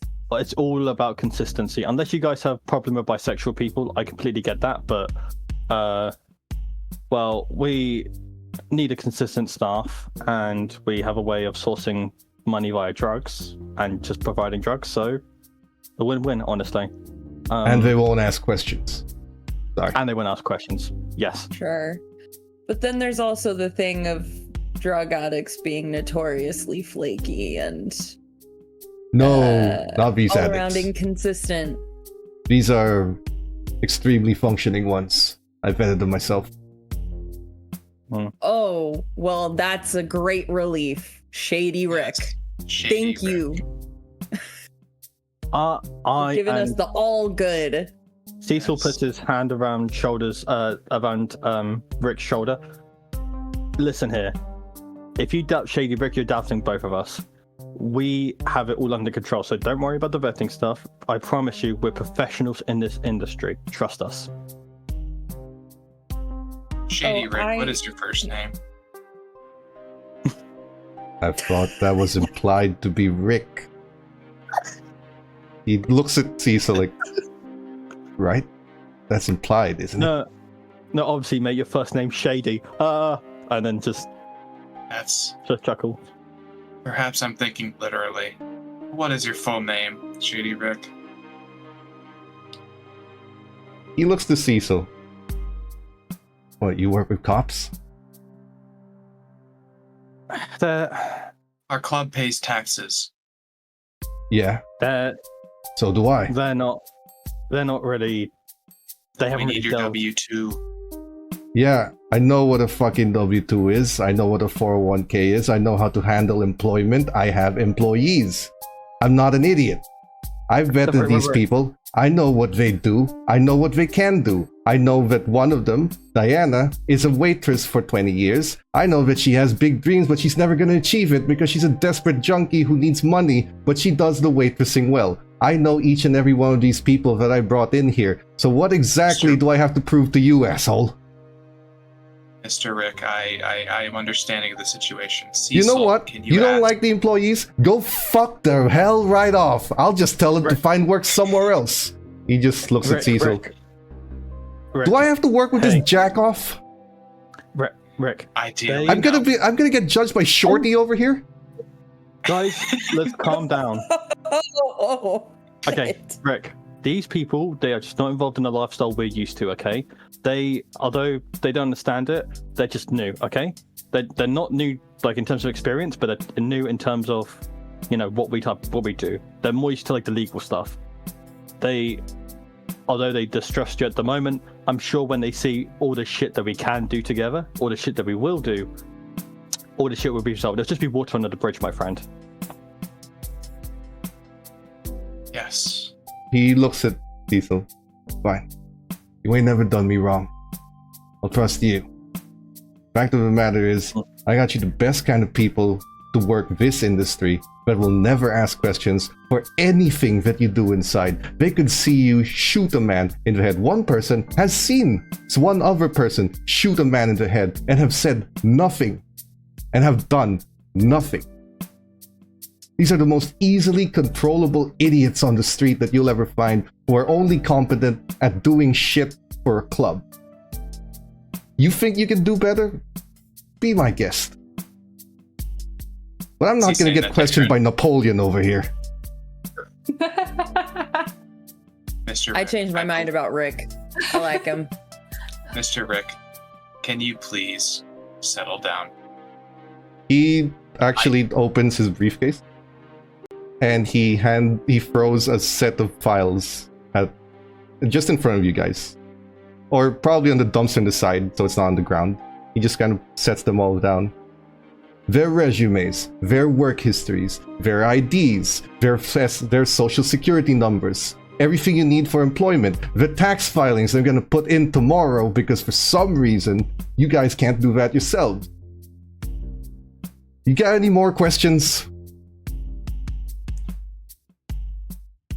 I beseech No. you, sit down.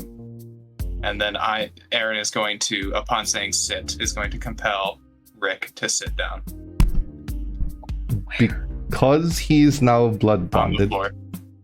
Oh, there is a conflicted role here because he is following Cecil's orders, not yours. So you must roll charisma and then add your dominate and nothing else. got you. That is not what I was expecting. You did not know he was This blood is- bonded until now. I did not. This is not gonna go as I want it to.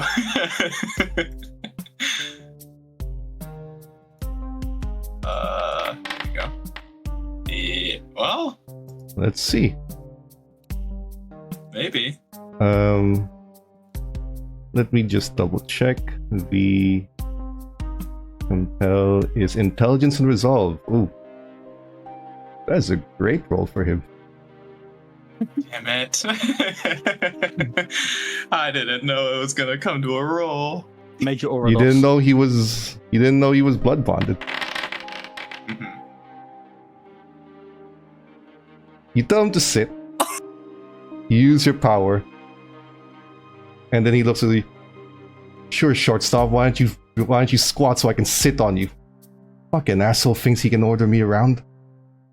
He looks at Cecil. Hey man, you and I, we're cool. This jack off, tell him to fuck off my back. I'm gonna go get these paperwork sorted unless you need me for anything else. And he looks right at Cecil, and you are sensing the blood bond at work. You are sensing that he is supernaturally loyal to Cecil. And he will not listen to you. He refuses to listen to you. And he just looks at Cecil like, you need anything else, man? I'm just gonna get the fucking work with these unless you want me to scrap these employees. No. It's fine. You get to work. We'll handle the rest. You don't. Just. We'll be in touch. Don't worry. He just looks, and then he nods, and he leaves, and then he looks back again and says, by the way, the books you left around here, just one glance, I can tell you the IRS is going to be all over your asses. In case you were still questioning my intelligence. And he just takes his stuff and leaves. Fucking unbelievable shortstop asshole, and just walks off the street. Aaron, instead of being offended, has their hand on their chin and is going to say, Cecil, what did you do to him? I hired him. No. You did something. Something kindred in nature. Yes, I hired him. Did you blood bond him? Yes. Okay, that makes sense.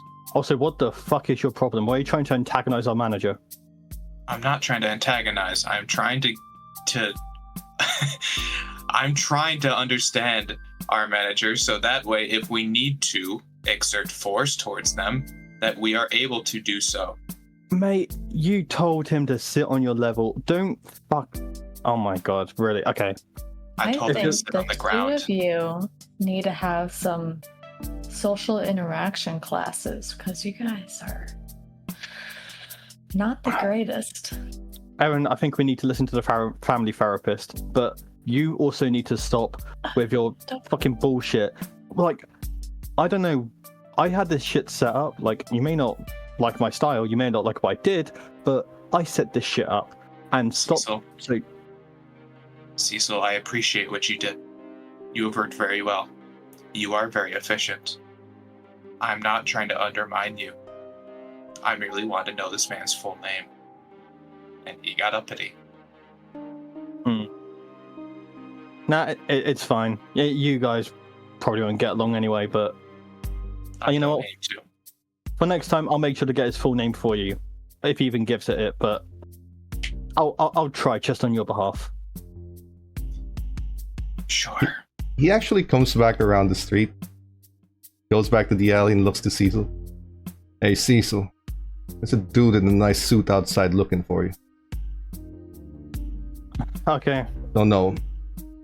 He just shrugs and then walks back off. Okay, duty calls. You guys stay put for a sec. I have something to do. RP. He does tell you that he's waiting inside in the club. Sergeant says he helped himself in. Okay. Perhaps it's your 300k. If you need help from us, just ask. I will. Cecil just walks into the nightclub back door and goes to see him. He stands up, looks at you. Are any of you coming with or no? Aaron's gonna go to the security room and start working on the pager system. Yeah, I'll go with Cecil. I'll go with too. The guy looks. He just looks at the two girls and then Cecil and then says, Cecil Ryan, right? Mm-hmm. Name's Patrick. I represent Miss Vitali. She would like to call in a debt for a very simple task. Nothing major. Yep. So, I assume you're available this evening. Mm-hmm. South, near the border to Indiana. By the docks there. There is a ship arriving in about an hour. That ship has large shipping containers. Inside shipping container number 955, we need you to open it, but we don't want it broken and we don't want human attention. So open it. Do not take anything else but a small box. It is made of metal. You will know it when you see it. It is hard to miss. It is a small box you can carry. That is the only thing you will take. Lock the shipping container again and make sure that nothing looks like it was messed with. Take the box to this address, and he hands you a folded note. Deliver it there, and Miss Vitali will consider your debt repaid. The box is not to be opened or even attempted to be opened. It is a simple delivery. How much resistance am I expected to come across? We are not expecting any, but be prepared for something in case there is. But right now, everything's been clean, and as long as you don't draw attention of the mortals around the dock area, you'll be fine. Say less. Got it. Nods. Delivered by tonight, when you get confirmation, your debt is cleared. There is one other thing. Miss Vitali wanted me to ask who she has to thank for the accomplishment of this task. Is it you, Cecil Ryan, the new Bruja, or this coterie? And just before you answer, this is a point where he is asking, who is Miss Vitali going to be in business with? Meaning, is she going to be your contact exclusively? Or are you roping in the coterie as a contact to her? And basically letting them share in your deal that you've made. Now, I will also remind you, the last time this was up for discussion, Renee said that you're on your own, Quote me. and Aaron Don't quote me. acted like you were an idiot for making this deal. Specifically, those images play in your head because the beast inside of you does not appreciate how much flack you're getting from these people. But that is still your choice to make. Your blood is just boiling when thinking about it. Okay. You're doing business with Cecil Ryan. Cecil Ryan. Got it. He just nods. Mr. Tali appreciates your business and is open to more negotiations of the less kindred nature and more financial nature. And he offers a handshake. Cecil gives him a strong handshake and then says, "It's a pleasure meeting you, Patrick." You can, when you touch his hand, you feel that he's human, likely a ghoul. But he shakes your hand still with a firm handshake, and he leaves. Oh, and when you accomplish this job, and if you accomplish it quickly, Ms. Vitali will be providing you with some extra benefit to your efforts as a sign of appreciation for the expediency in which you accomplish this job. And he leaves. Cool. I assume Renee and Ash are behind me, right? Yeah, they followed. Cecil will turn around, huff and say, "That debt is called in. All I have to do is a simple pick up something and take it to a location. Shouldn't be too much of a deal if ice are kept off. I will offer you guys if you want to join. I promise I'll compensate if you want to, but it's up to you at the end. You can either chill out here or come with." Aaron would have heard that conversation because you're in the security room. The camera Yep. picks up the audio. Let's go. I think Aaron will temporarily put down the pagers and stuff. Maybe they'll write a note that says Actually, what's still next to you've do. been able to set up most of the numbers throughout the few hours that you've had here. It's not that complicated. Oh, cool. Okay, and do I need a roll to make a very simple code system that we can No, use for that's conversation? generally what the pages are for. It won't require necessarily a roll from you. Okay, I wouldn't want the factory code system. I think we would have to. Yeah, but Make our own. because you have a manual, setting up the numbers is actually very easy. Doesn't require much effort. Okay, gotcha. Just wanted to make I sure. had a pager once. Yeah. But it is the simplest thing ever. Okay. You just have to Well, give I'm everyone too the young codes. for that old tech. Yeah, but you just have to know what 55 means and things like Yeah, that. you just have to tell the others, what the number means, and then that's it. But you can set whatever number you like. So, is anyone going with Cecil? Because he has to leave immediately. I'll go Aaron with.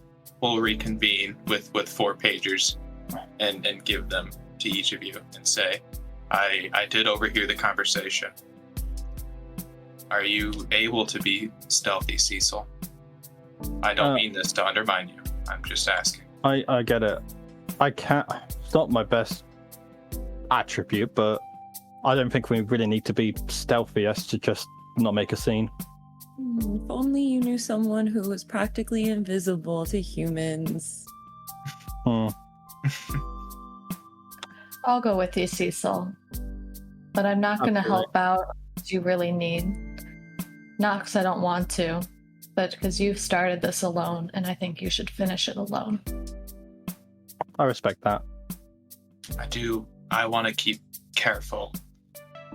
I had a conversation earlier with my sire, and I'm changing my mind on some things. I don't believe you made a mistake, but I am still concerned about the nature of Bianca. If you do need help, I will help. Okay, thanks. I will as well, because if we don't do this, it will look incredibly bad to the rest of the Camarilla. And yes, we are a coterie. We work together. Exactly. Okay, well, the gang's all together then. Let's head out quickly. And Ash. By the way, and then here's some post-it notes with like basic code. This is how we communicate with pagers. It's just like a few important ones. Eat this post-it note afterwards. Burn it, dissolve it in water, whatever. Just, so that way we can talk. They're all connected. So Number talking, codes. Yeah, go ahead. Ash, we gotta talk eventually, but we can come over that when it does. Anyway, let's head off. If you want, you can talk in the car, because it would be very strange if all of you had your different methods of transportation. So taking a single car is the most inconspicuous way to do this. Yeah. Cool. Yep. Okay, we're talking the car then. What do you say? Man, never mind. I just had this thought that Aaron is gonna yell out to Rick and just say, "You gotta lock up," or some shit like that. But I'm not gonna. I don't want to rock the boat anymore. He's not in there. He left. He's fixing paperwork. Oh, right. Gotcha. Okay. In the car, sort of as we're driving there, Cecil will hit the "we need to talk" pose and say to Ash, "Ash, what do you think of me?" You really want to know the answer to that question? I wouldn't be asking if I didn't. I think you're kind of an asshole. And I think that you're dangerous. I think that you're impulsive, and that's coming from me. You don't know me very well, but I done a lot of stupid shit in my life. And yeah, I'm a bit concerned that your actions or your mouth is gonna get us all in trouble eventually. I agree with at least one of those things, but it's weird, isn't it? Like, after I assume this obviously peaked when I told you about your first kill, or whatever you consider it, but my thought process is this. It may be masked as what you call being an asshole. I am doing properly what's best. When you took that first kill, it was just my congratulations was a way of saying, if you're going to sob over it, or if you're going to apologize for it, that's not going to be true. Are you really going to say that in the next 100, 200,000 years that you're not going to kill another person again? You only apologize if you really regret it. I really... And Cecil goes silent.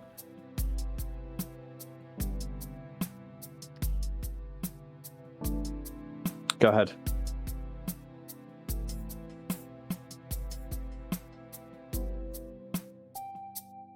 I do regret it. And I hope that I don't forget his face in 100 years, in 1,000 years, if I make it that far. We're obviously very, very different people or kindred or whatever. Look, I mean, I get what your thought process is and everything, but just like maybe when someone is crying and upset over something, you maybe don't, maybe that's not the best thing to say.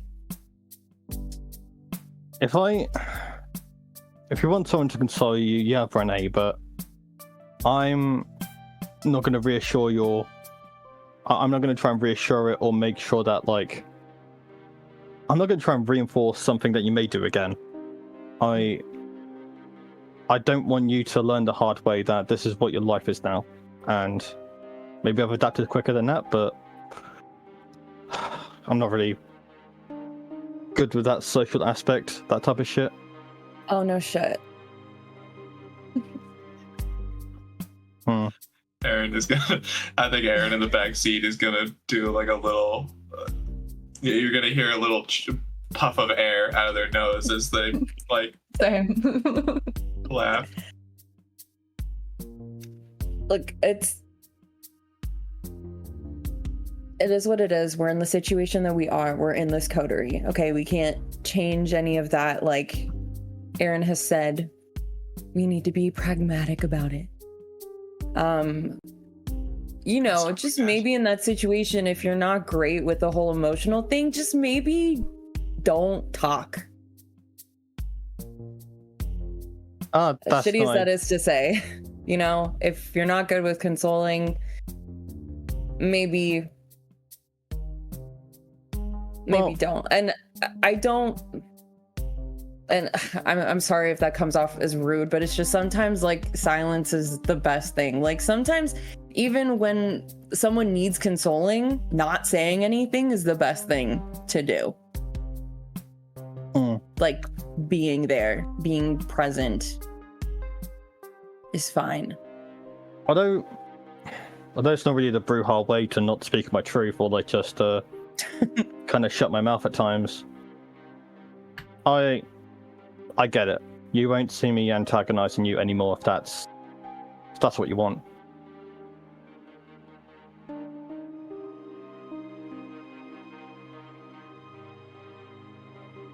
I mean, I don't necessarily want you to feel like you need to like stop talking overall. It was just,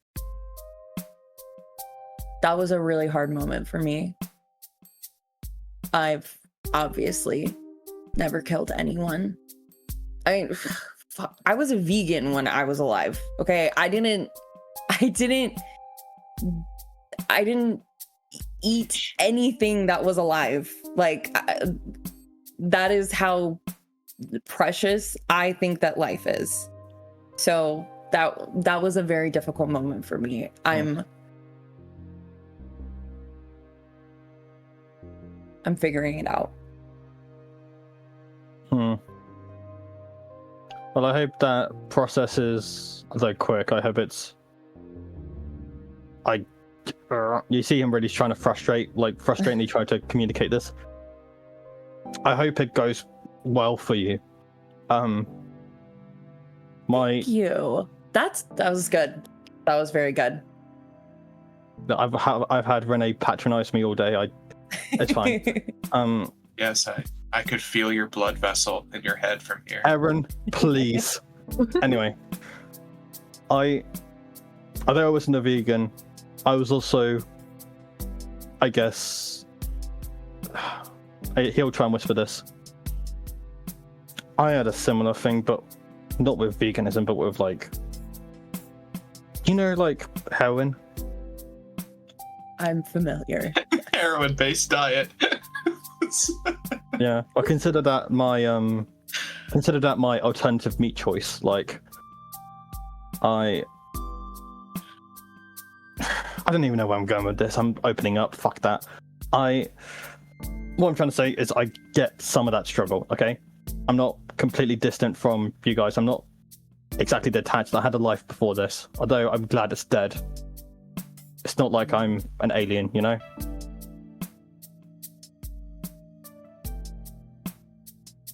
Yep. Okay. I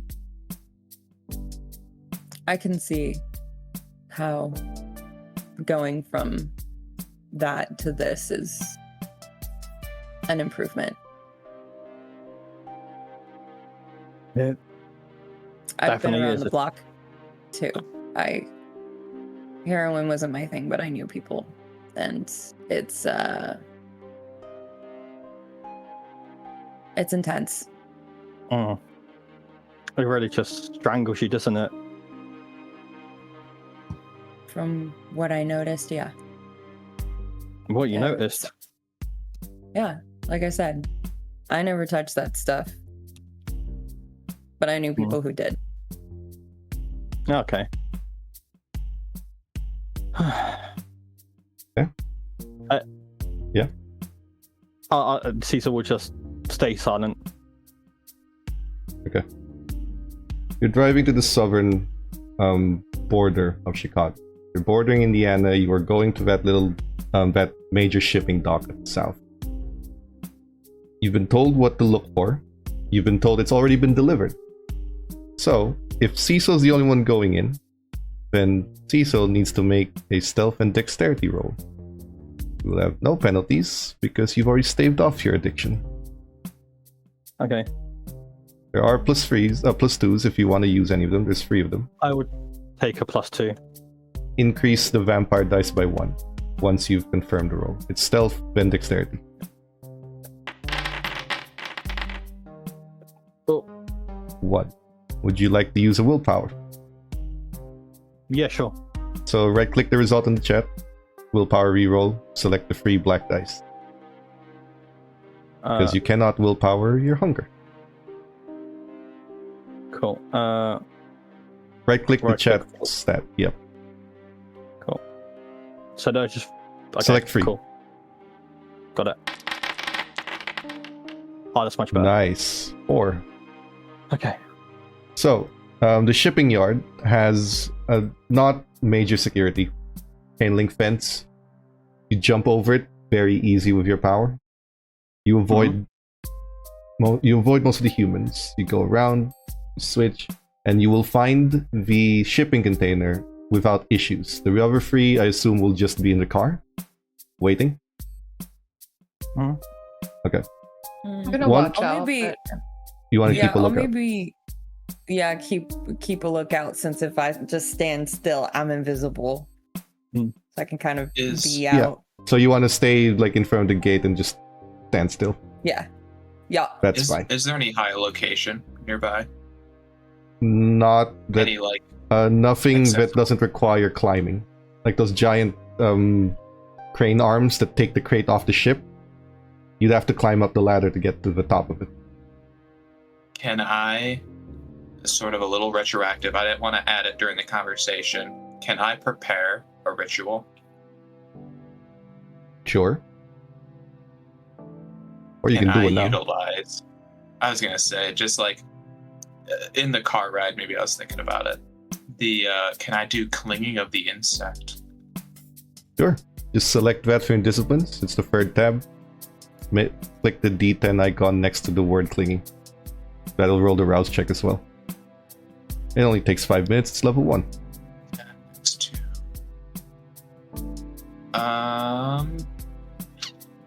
There isn't a.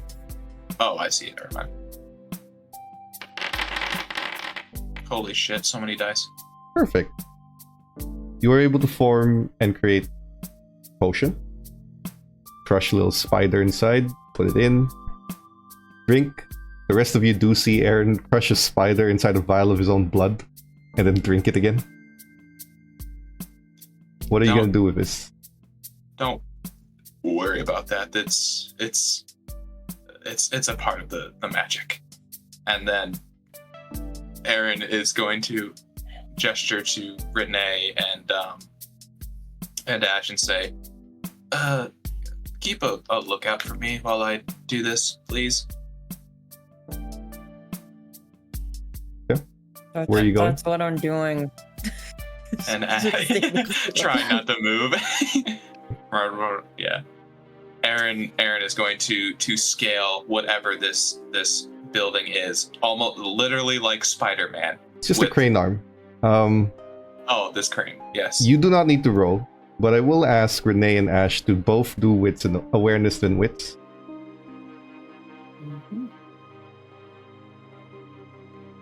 It is dark, and there aren't too many people here. But just in case.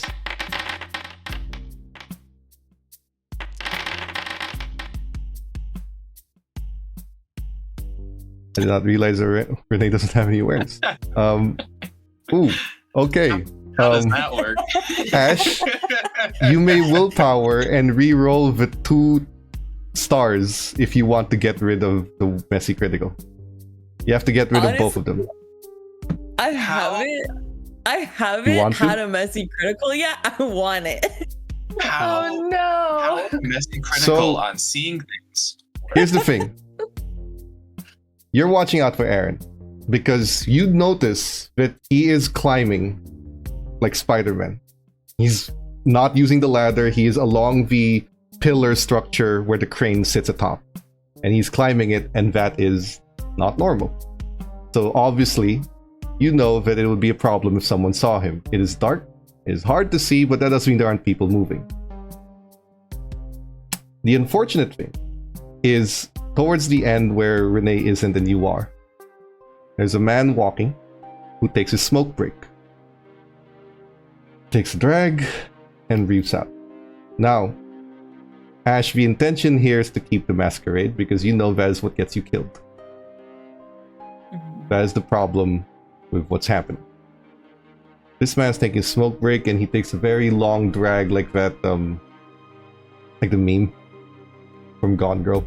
Just he's just very tired with his life and everything he's doing. Yes. And he's about to look up. As he looks up, he cannot see Aaron. He cannot see Aaron. He cannot see Aaron. He cannot see Aaron. It is a problem if he sees Aaron. It is problematic if he sees Aaron. Oh no, he's looking up. Shit. Your fangs are in his neck. Oh no. And you are drinking. And you are drinking. And you are drinking. No, no. I will ask you, because it's a messy critical, to roll your willpower now. Just click the word willpower and see if you can resist and force the beast to stop. Because he can't see Aaron if he's dead. Wonderful. You're drinking. You're drinking. If you had any hunger, bring it down to 1. But you stop just to the last minute. And he passes out. And you check the pulse. It is alive, but it is weak. He got lightheaded. At this point, probably high blood pressure because his heart is compensating. But he's alive, and with some rest, he won't need a hospital break. But you lost control. You feel that. You feel that thing boiling inside of you. It wanted more. It was going to take more. You had to rip your fangs off of it with all of the force of your will. But one day, it will win. At least that's how it feels like. But for now, you stop. You hold yourself. And you have an unconscious man on the floor. I'm gonna like drag him away. to an area. Yeah. The worst this individual is probably feeling right now is he's gonna lose his job for sleeping on the job. But at least he's not dead. Now, no one saw you do that. That was you. You almost lost control. Almost. However, you have not crossed that line. You did not break any of your convictions, which is great. So you are fine at this moment. You haven't killed him. That's an upgrade from yesterday. It's a win. Take your wins. But Aaron manages to make it to the top. with a crane. There's no crane operator at the moment because the ships have already been dislodged. Someone has gifted a tier sub, which means at any point they may call for a positive or a negative plot twist. So we will wait to see what they decide. Now, at this moment, Cecil, I need dexterity and larceny from you because you're not allowed to break the lock, which you could do very easily. You can... you have to pick it. You have to look at your larceny. Got it. Okay. And then dexterity. It is not the most complicated lock. You're good. You succeed the pick. Put the pin in. There's a satisfying click in the lock. You unlock it, and you very carefully move the door just enough. There is a lot of sound here. Oh, there's a -2 again. There's a lot of sound here. Just barely missed the -2 bullet. Yeah. You move inside. The room is filled with antiquity. Like old chairs, old tables, the wood and patina sort of the wood has lost its lacquer, but it has an antique charm to it. But inside, Patrick was right. There is a metal box. It's about 1 foot wide and 6 inches thick. It is an actual box, so it's a 1 foot square. 6 inches thick. It has strange symbols on the top of it. It has... the symbol is a shield, and on that shield is a skull with a crown. And behind the shield is a diagonal shape of two scythes on opposing sides of the diagonal, like crosswise. Try and identify what those symbols are, for like a roll or something. You may try with a politics and intelligence, or occult and intelligence, and then you will reduce 1 die because of the -2. Cool. Reduced by 1 die. But... You may still try. Oh, no. You're not able to identify it. This is not something you were taught. It's not something you know. But it is something that you see. It's the symbol on the box. Yes. There is a lock. Some form of locking mechanism on the box, but it's not a padlock and it's not a key. But you were told this is the box you take. You leave it, you leave nothing else. Or you take nothing else. So you move back in. Because you open it properly, you can slam the padlock back closed. I will just need 1 more dexterity and stealth. No more negatives. To get out unseen. There is no declaration yet of whether that was a positive or negative plot twist. That is up to the person who gave the sub. Okay. But maybe roll before we decide. Done. Okay, what get here is a... Wow, you are really good at this. You disappear. You move aside, you close the gate. You did make a bit of noise closing the... Because it is a steel crate container. It will make that squeaking noise of metal.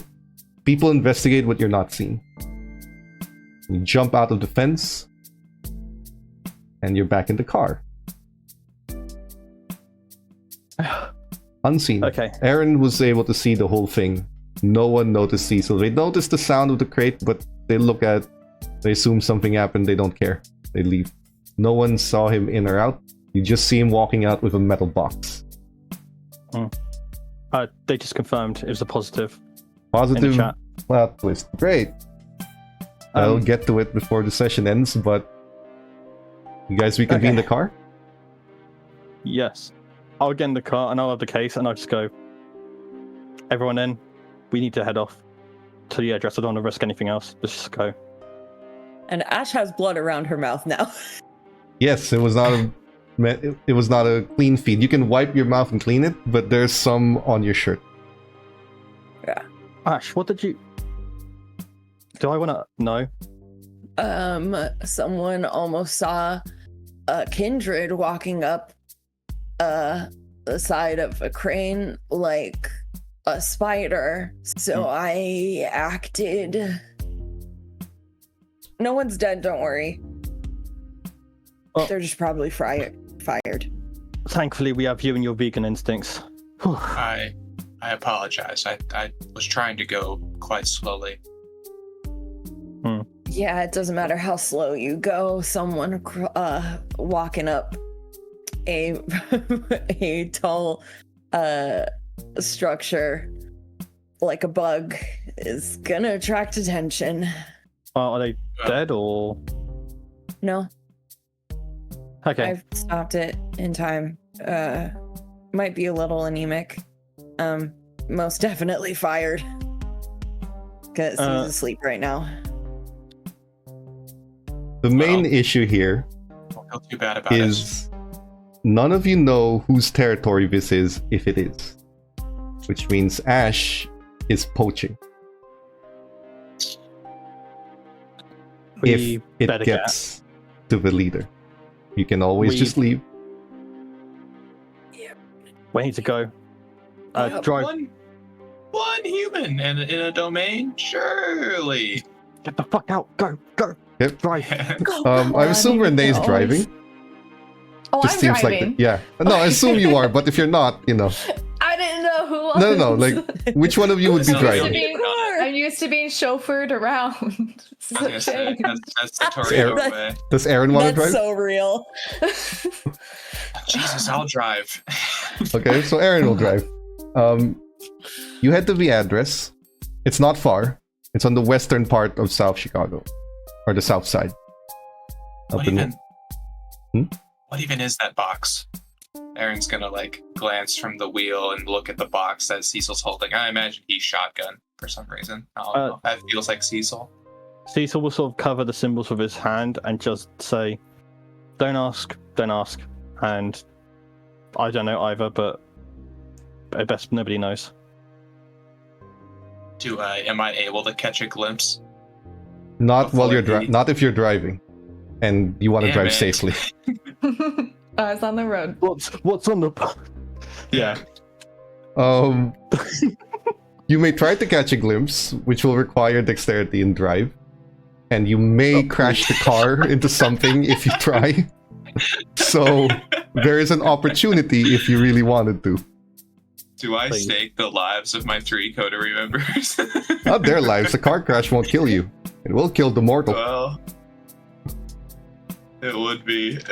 I have nothing to drive. I'm not Okay. gonna. So maybe I'm don't not risk it. gonna. I'm not So gonna. Positive twist. you Time drive. to There is use a it. positive twist. I'm not gonna. You use really it want to for use for that, but Oh. you move to the west part of the south side. The address leads you. At first, you think it might be a mistake, but the address leads you to a Catholic church. The unfortunate thing, Ash, is the moment you see it again, you were reminded of previous events, and you cannot get your body to move forward. You cannot get it to step anywhere near that place. Will anyone be going with? Ash, you are allowed to spend willpower to do this. It is a bane, but doing so essentially means that you are fighting your baser instinct. Yeah, I'm just gonna stay in the car. I suggest only one of you come with me. I want to keep things even, just in case. I'll go with. Cool. Renee, let's go. Hmm. And we got the Renee. car. Can I go instead? I want to know more. Mm, you- I crave knowledge. It's Cecil will put his hand onto the top of the car and look down and say, Evan, you don't. Maybe next time. I'm gonna go. sure. You move forward. Cool. The church is a very classic stone church, and it has those 2 giant wooden doors. When you try to push them open, they're locked from the inside, but there's a knocker. I'm assuming one of you is gonna hit the knocker. It echoes inside the church. You hear the sound of the metal hinge on the bottom locking into the ground open and click, and the church door opens up, and you see a very tall gentleman. He's about 6'10". He's wearing Jesuit robes, the black robes with a little white thing on the collar. And they are robes, they're not just a shirt. A priest. He has a Bible in hand. But the first thing that you will notice is that he is most certainly not human. And he looks to you. Why have you come to the house of God? I have a package delivered from one of my contacts, and I just show the case. Ah. From Miss Vitali. Yes? Absolutely. Accept. She sent you. Cecil takes a look at Renee and anyone else. It's like, yes. Then there is purpose. If she sends you to me, it is so I can meet you. Would you and your companion like to step inside? Cecil looks at Renee and waits for a response from Renee. Your choice. Yes, let's get acquainted. Do you have any more with you who would like to have a conversation? I think just us will do for now. Let's just. Very well. Let's just. I don't know who. And let's just go in. He opens the door and the two of you enter. Let me in. Closes the door. The two of you see the drop-off happen, and then you see these two just walk in the church. And he closes the door. And he looks to you. This church is built in the old school way, where there's acoustics based on how it's made. So your voices do carry an echo. And he looks. My name is Rodrigo. This is my haven. You have done me a great service on behalf of Miss Vitali. And he just holds the box. There are many things in this world that I can offer. It seems that you are doing work. Is that correct? I have recently been incorporated into the business. The new fledglings I hear so much about. First, are any of you famished? Renee, are you peckish? Just a little bit. Wait, I want food. You can hear it in the back of your head, something just driving you to feed. I don't want to seem needy. So, But yeah. it We could is, do a you're little not. picking up, yeah. If you're willing to offer. He does one echoing clap that booms throughout this entire place, and there are a selection of choir goers that move forward. Please help yourself. There's a lineup of them. Cecil will get his finger and go, "Can you name, pick a target bite?" Okay, you. And then goes for the feed. You cannot remove one hunger, so you just taste the blood. But Renee, you may remove 2 from any one of them that you feed. For free. Yes. I'm just gonna pick someone random. There's one that looks particularly attractive, and there's one that looks like the exact opposite of particularly attractive. And then there's everyone in between. We'll go to the one that's not attractive. Great. Your bite is probably the best and only action he's ever had in his entire life. Just based on his blood. Tasty. Virgin blood. Smells It, desperation. actually, it tastes like a guy whose hopes and dreams were dashed. Oh, that's perfect. It tastes like tragedy. The man had aspirations of being an actor in Los Angeles. Those aspirations have been crushed, and he joined the church choir because that's all he can do. Poor guy. That's too real. And you take his blood in and you take the tragedy of it all. You take 2 dice off. Now, when you're done feeding and he sends them away, he looks to the 4 of you.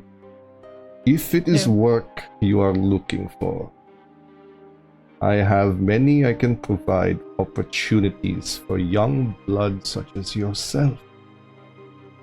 And what I offer in exchange for the work I might have you do, besides money. Look. And he gestures to them. Blood.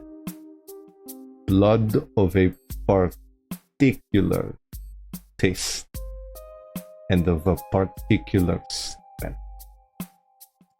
Enough to evolve your own blood and abilities.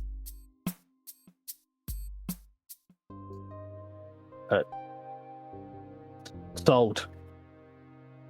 Then perhaps we can be in touch when you require said blood, or money, or whatever else I might provide. The Church of God welcomes you. You are unable to tell if he's saying that ironically or if he means it. But he gestures with his hands outstretched, kind of, and the position he's taken at the middle of the altar, of the aisle, sorry, and he has his arms outstretched, he is basically shadowing the crucifix on the back and the symbol of Jesus Christ on it as he just has his arms stretched out like that. I will not keep you here much longer, but a contact has been made. Conversation in the future can be had. You may go. Mate. And before I let you go, my manners escape me. I, once again, am Rodrigo of the clan La Sombra.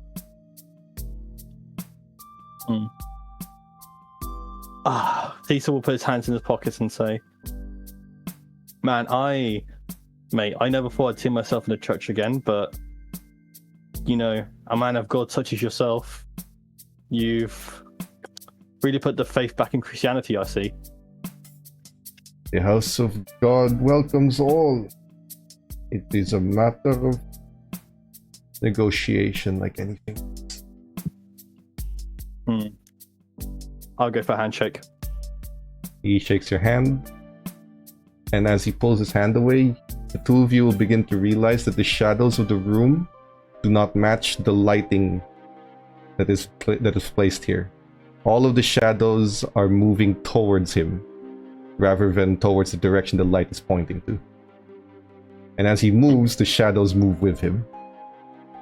And you'll realize that as he goes past, you will see a large mirror, like the kind of curved mirror you see in grocery stores sometimes, where you can see around the corner. He casts no reflection, but instead he looks like a blob of shadow in the mirror rather than a person. And he opens the door for you. It was a pleasure to be meeting your acquaintance.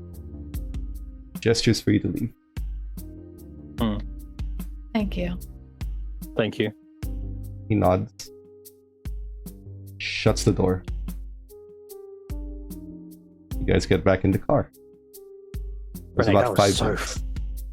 That was so fucking cool, wasn't it, Renee? We had... What a blast. Nigel, was a time. can we do a little bit of retro? Yes. And Yes. I want to have a small talk. Go with ahead. Ash. What do you guys talk about while you're in the car?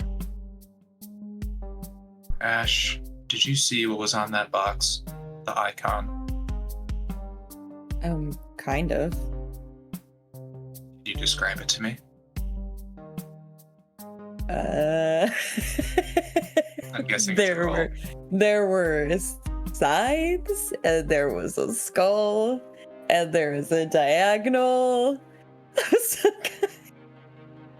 I don't know. I don't know if like Ash would remember. That's a 'cause the George 80 recollection as well. No, but also both George and Ash have ADHD. There were sides, there was a skull. A skull and some sides. Can I mean, I imagine I've been loosely reading about like whatever vampiric knowledge has been in that library, but it would be probably a tough memory roll to see if I would be able to recall. It's intelligence and resolve, but it will be difficult. Okay. Yep.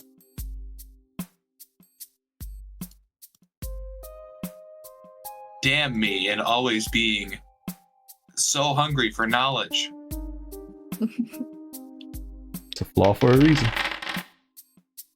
1, 2, 3, 4, 4. Okay.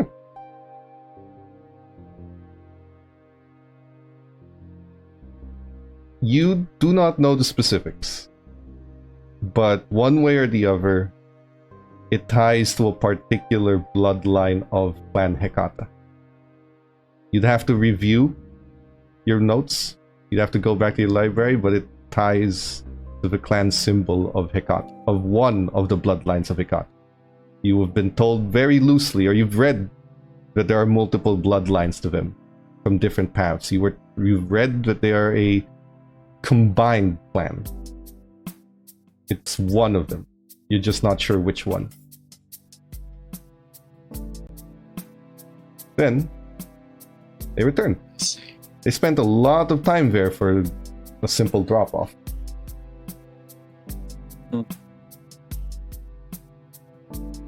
Back home? Well, how did it go, Cecil? Oh, it was amazing, mate. Me and Renee had the time of our fucking lives in there. Man, talk about a church, more like a sexier church. Am I right, Renee? A sexier church. I wouldn't classify it like that, but sure. That man in front did not seem the type to be sexy. But maybe I am bad at reading people. Is there any other nightly chores we need to touch on as a coterie? I'm all done for the night. What about you, Renee? Well, we gotta get some more blood for Eric.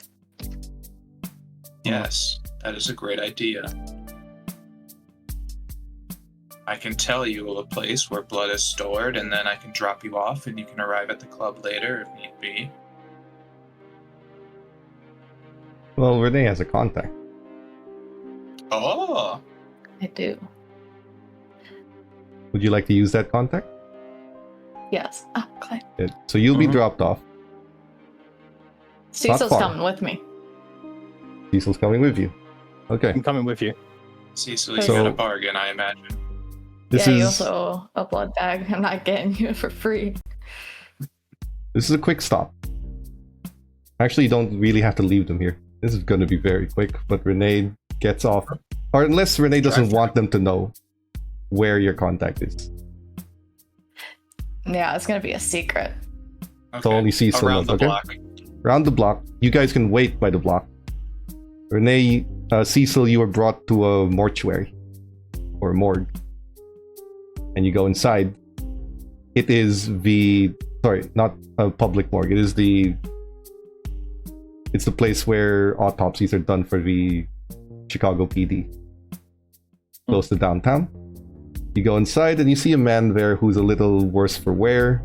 He has bags under his eyes. He has a mask. He's currently making notes on examining someone's brain, some sort of murder victim. Because the victim seems to have suffered from a hemorrhage. Fuck me.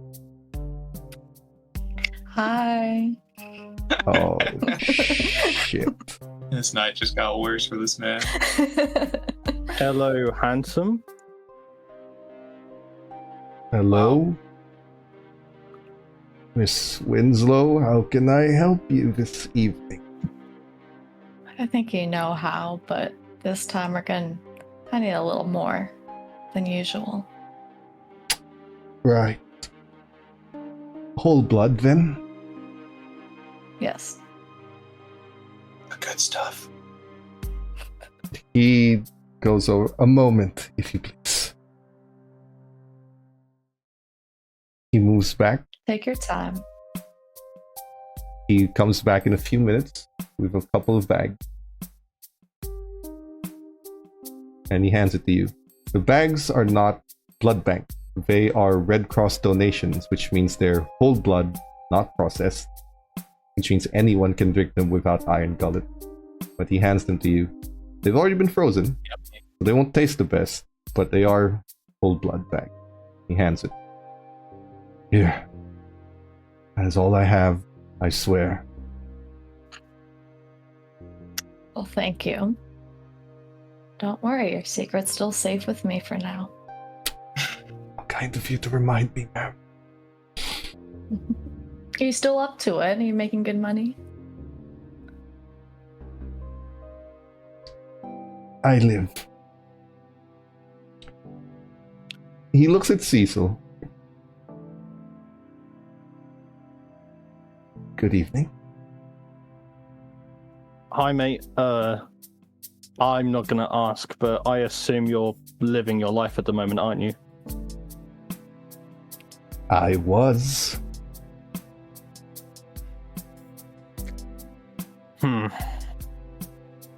You look... Nah, stay by it. You still look handsome. For someone who's gone through what I can only imagine is whatever Renee put you through. Oh, well. Thank you. No problem. He winks. Roll your charisma, persuasion charisma. Anyways, I'm also here with blood. Do you have anything with looks? I don't think you have the looks advantage. Okay, so just charisma and persuasion. Not just me. Well, that doesn't apply, given how you're treating this guy.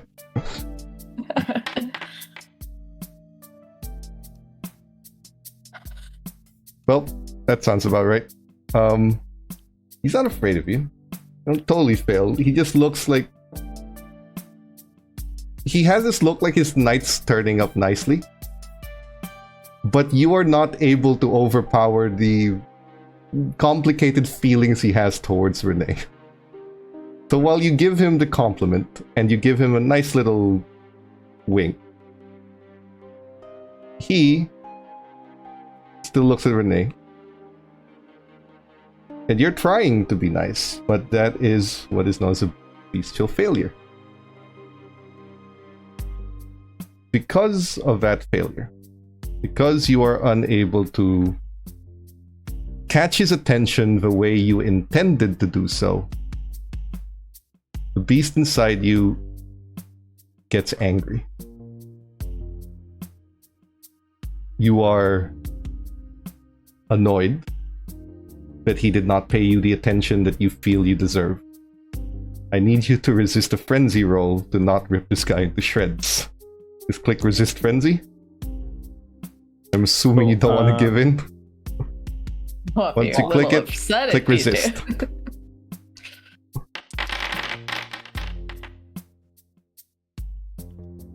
It's been such a messy... Would you like to willpower that? Because that's not enough. Yes. Yes, absolutely. Give me a sec. Ideally, the night's almost over. You can sleep the willpower off. Here's a +2 again. Use a Give us +2 if you Oh like. yeah, Quick! we do have a +2. Cool. Give me a sec. Willpower. Keep forgetting about the +2s. I know. Did 5. I add? No, you're good. Okay. That's 5. You resist the urge. There are 4 +2s. You resist the urge to rip him apart. Because he did. You focus on the fact that he did respond. He just got overpowered by Renee's domineering presence. And you let it slide. You control your anger and the insult, and you walk away from it. Not calm, but you walk away. And he's not dead. For now. You guys return to the car, and there are 2 bags of freshly donated Red Cross whole blood at Aaron's lap. There you go. Told you I'd get it back to you. This is whole. This is more than I would need. Are you sure? Of course. You're forgetting that Renee's using half of those for her future art projects, he says sarcastically. Fair Well, that's what I enough. originally would get them for, so... You would get whole blood for your art, and not just congealed fridge blood? Well, when I can get it for free, it's hard to pass up. I suppose, but you could have been driving a Toyota instead of a Cadillac. But I suppose it works. Thank you. I appreciate the haste, and I won't let it be lost on me. Rather than your compulsion, the frenzy is resisted. Still, it is in your mind that he did not respond. And you would like him to respond at some point, and now you know where he works. Until the time comes that you can change his mind about you in particular, your compulsion will trigger. You have a -2 die penalty until you can change his mind about you. Until you can get something going there. As a Bruja, you cannot afford, you cannot resist it. Your blood is telling you to. Not tonight, but you have to. But when you guys get home, you see Patrick there, inside the club. And then he looks to you. I already heard you did a good job. Rodrigo seems to have taken a liking to you. But as I said, Mr. Tali has rewards for those who do a good job. He looks around and he hands you another briefcase full of money. Cash injection for your business, given a nightclub is not the most profitable endeavor. An initial supply for your business. And he hands you a large, you know those music trunks that hold instruments? Yeah. He hands you a small one of those filled with drugs. Yum. Miss Vitali would like to see you succeed. He closes both sides, leaves them there for you, and she thanks you for your business. And he offers a hand to Cecil again. Miss Vitali will know the name Cecil Ryan and will keep a close watch for any future deals you may wish to make. Cecil will come up and dap up Patrick and say, "This has been a great endeavor. We have so much more to do in the future." Vitali could not agree more. And perhaps a transaction of the financial nature may be in the future. He shakes your hand and he leaves a card in your hand. Miss Vitali can be found here on Mondays, Wednesdays, and Fridays of all evenings, save for emergencies. If you'd wish to speak with her, you are welcome. Yeah. He nods and he stands up. I will be taking my leave. Excellent work, Cecil. We will be in touch if you require anything else. Absolutely. And he leaves with what is almost certainly a felony charge for drugs. Just left behind in your bar, and another briefcase. Depending on the drug, maybe of multiple. 300,000. Now, as far as the positive plot twist is concerned, because of the job you've done, and because of yet another cash injection from Miss Vitali, your coterie is receiving a second dot of resources as a coterie. So you're Haven. Nice. Jesus. You've just given yourself a cash injection beyond what you expected. But the night is almost over. I must ask, before we end, would Cecil like to deal with that compulsion now or the next evening? Yes. Now. And what do you tell the others when you leave? Alright, mate. I'm gonna go take a walk. I feel so good. I need to walk that shit off. You're gonna keep the drugs here, right? Oh yes, just don't snort or take anything. You can't feel anything anyway, but just I don't imagine we're concerned of our consumption. yeah, great, perfect, mate. Yeah, just leave them there. I'll collect them later. I need to go for a very nice brisk walk. Yes, have a good evening, Cecil. Good job. Let's close on this scene. You leave. You return to the morgue, and the same man looks at you. Oh great, this Winslow wants something else now. No, Renee isn't here. And you're here because... Listen, mate, I noticed... I think we may have gone off the wrong page. I don't know what you and Renee have, and I don't really care, but...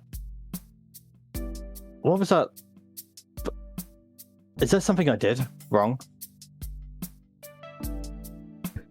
You roll a persuasion with manipulation this time, because the beast is acting up here. Okay. Not with. Cool. Without Renee, this difficulty goes a little lower. Just what did I do to you?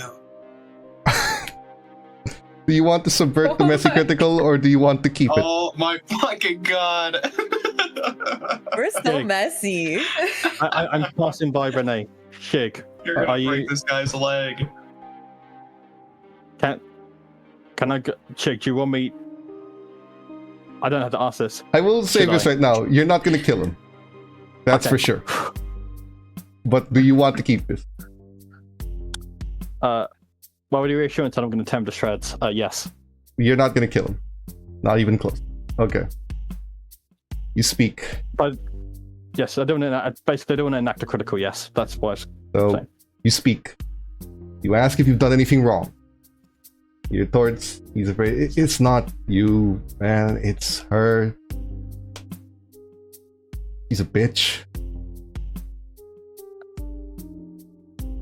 She's got a thing hanging over my head, and it's making me give her bags of blood for whatever creepy shit she does. It's a whole thing, and Cecil eventually, he's trying to open up. He can't. He's afraid of her. He's not. She's not here. He doesn't know if you're with her, if you're going to tell her what she's saying. He doesn't know if you're spying for her. And at this point, you probably don't care. So you shove him to the wall with your hand on chest, push him to the wall, and you tell him to shut up. And the beast wants what it wants. You kiss him, and then you go to the neck, and you bite, not to drink. You take nothing from him, but you want him specifically to remember you, not associating you with Renee. You want him to know that when you're here, it's not about her, it's about you. And you bite him, and you don't take anything to not hurt him, so he doesn't get hurt.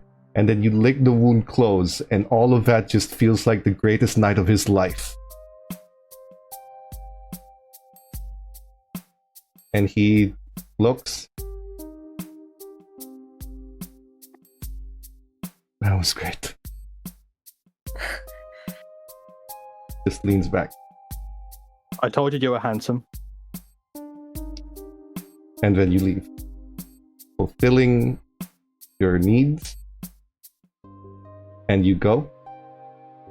And you leave him there. And you are certain that he liked it. And he will not remember Renee when you enter. However Renee feels about that, she'll find out when she goes back here. But you leave. And you head back home. The rest of you have money and drugs that you put into the haven. At this point, it looks like the ghost has cornered Cecil into a tic-tac-toe match. Ooh. And has won. You went You with guys- that move? Bitch, I'm no chess master. I'm not Magnus. This is chess? It's in my mind. You just don't get it. Right, my bad. At this point, you guys are about to rest. You're about to call the night, and a fruitful night. You sleep, you rest, and it is at that point that Ash, I need you to roll your premonition, please. Right before sleeping, right before the sun rises. If your hunger increases from it, you can ignore and reduce your hunger. Okay. That's fine. Okay. I'm sure it's a good one. I'm sure it's gonna be like you see yourself. Yeah. It's gonna be great. Five. yeah. Ash, Oh, as you prepare on bed and you lie down and you are waiting for your body to shut off as you've become accustomed to the last week. Your eyes go gray. You receive a vision in the privacy of your room in the Haven. It's a vision of a club. Beautiful, 3 stories, excellently designed, classy. But the club's not what matters. Your vision goes over, it pans over to a woman. Short black hair, just above shoulder length, but it's asymmetrically cut. Shorter on the right, on the left side, longer on the right, with a long fringe that extends past the shoulder. Side swept. Pale. Kindred. Looking over at the club. Enjoying herself. Talking. Communicating. Making deals. Shaking hands. You don't know who she's shaking hands with. But something about this woman is very important. You can't even say why or how, but she's important. And at this point, you begin to realize it is a choice. Whether she becomes a hindrance or a benefit to you and this coterie will depend on how you interact with her. But one way or another, whether you see it or not, whether she's pulling strings or not, interaction is going to happen. And you have to be ready. And when the premonition ends, your body shuts down. You were forced to sleep. I'm going to remove the hunger you got from that because it is a free roll, since it triggered on its own. And that is where we will pause our chronicle for this evening. The vision of a woman who you've never met and do not know. Thank you to everyone who's still here, who has been watching us, who has provided some bonuses, some rolls, and some potentially bad things to happen to this coterie. Although from what it looks like, the coterie didn't really need any help getting bad rolls at this point. Before we go, why don't you all introduce yourselves and where everyone can find you if you would like to be found?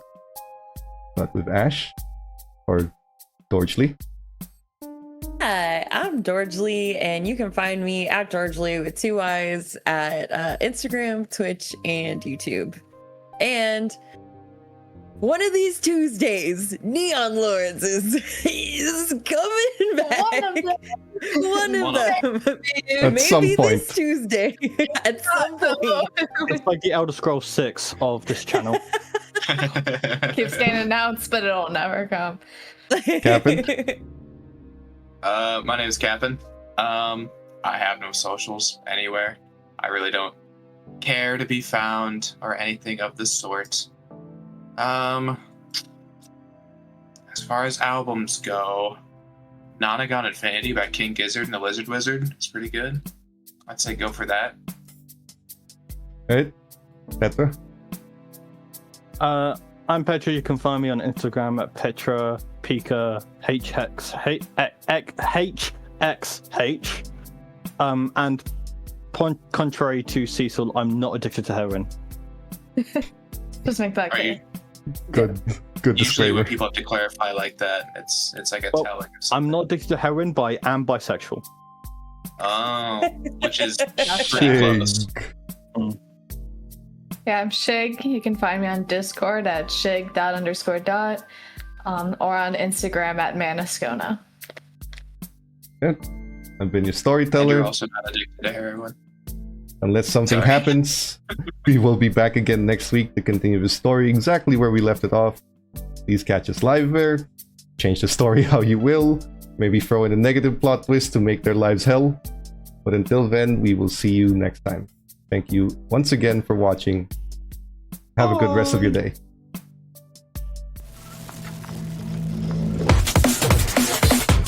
Cybernation Uncensored.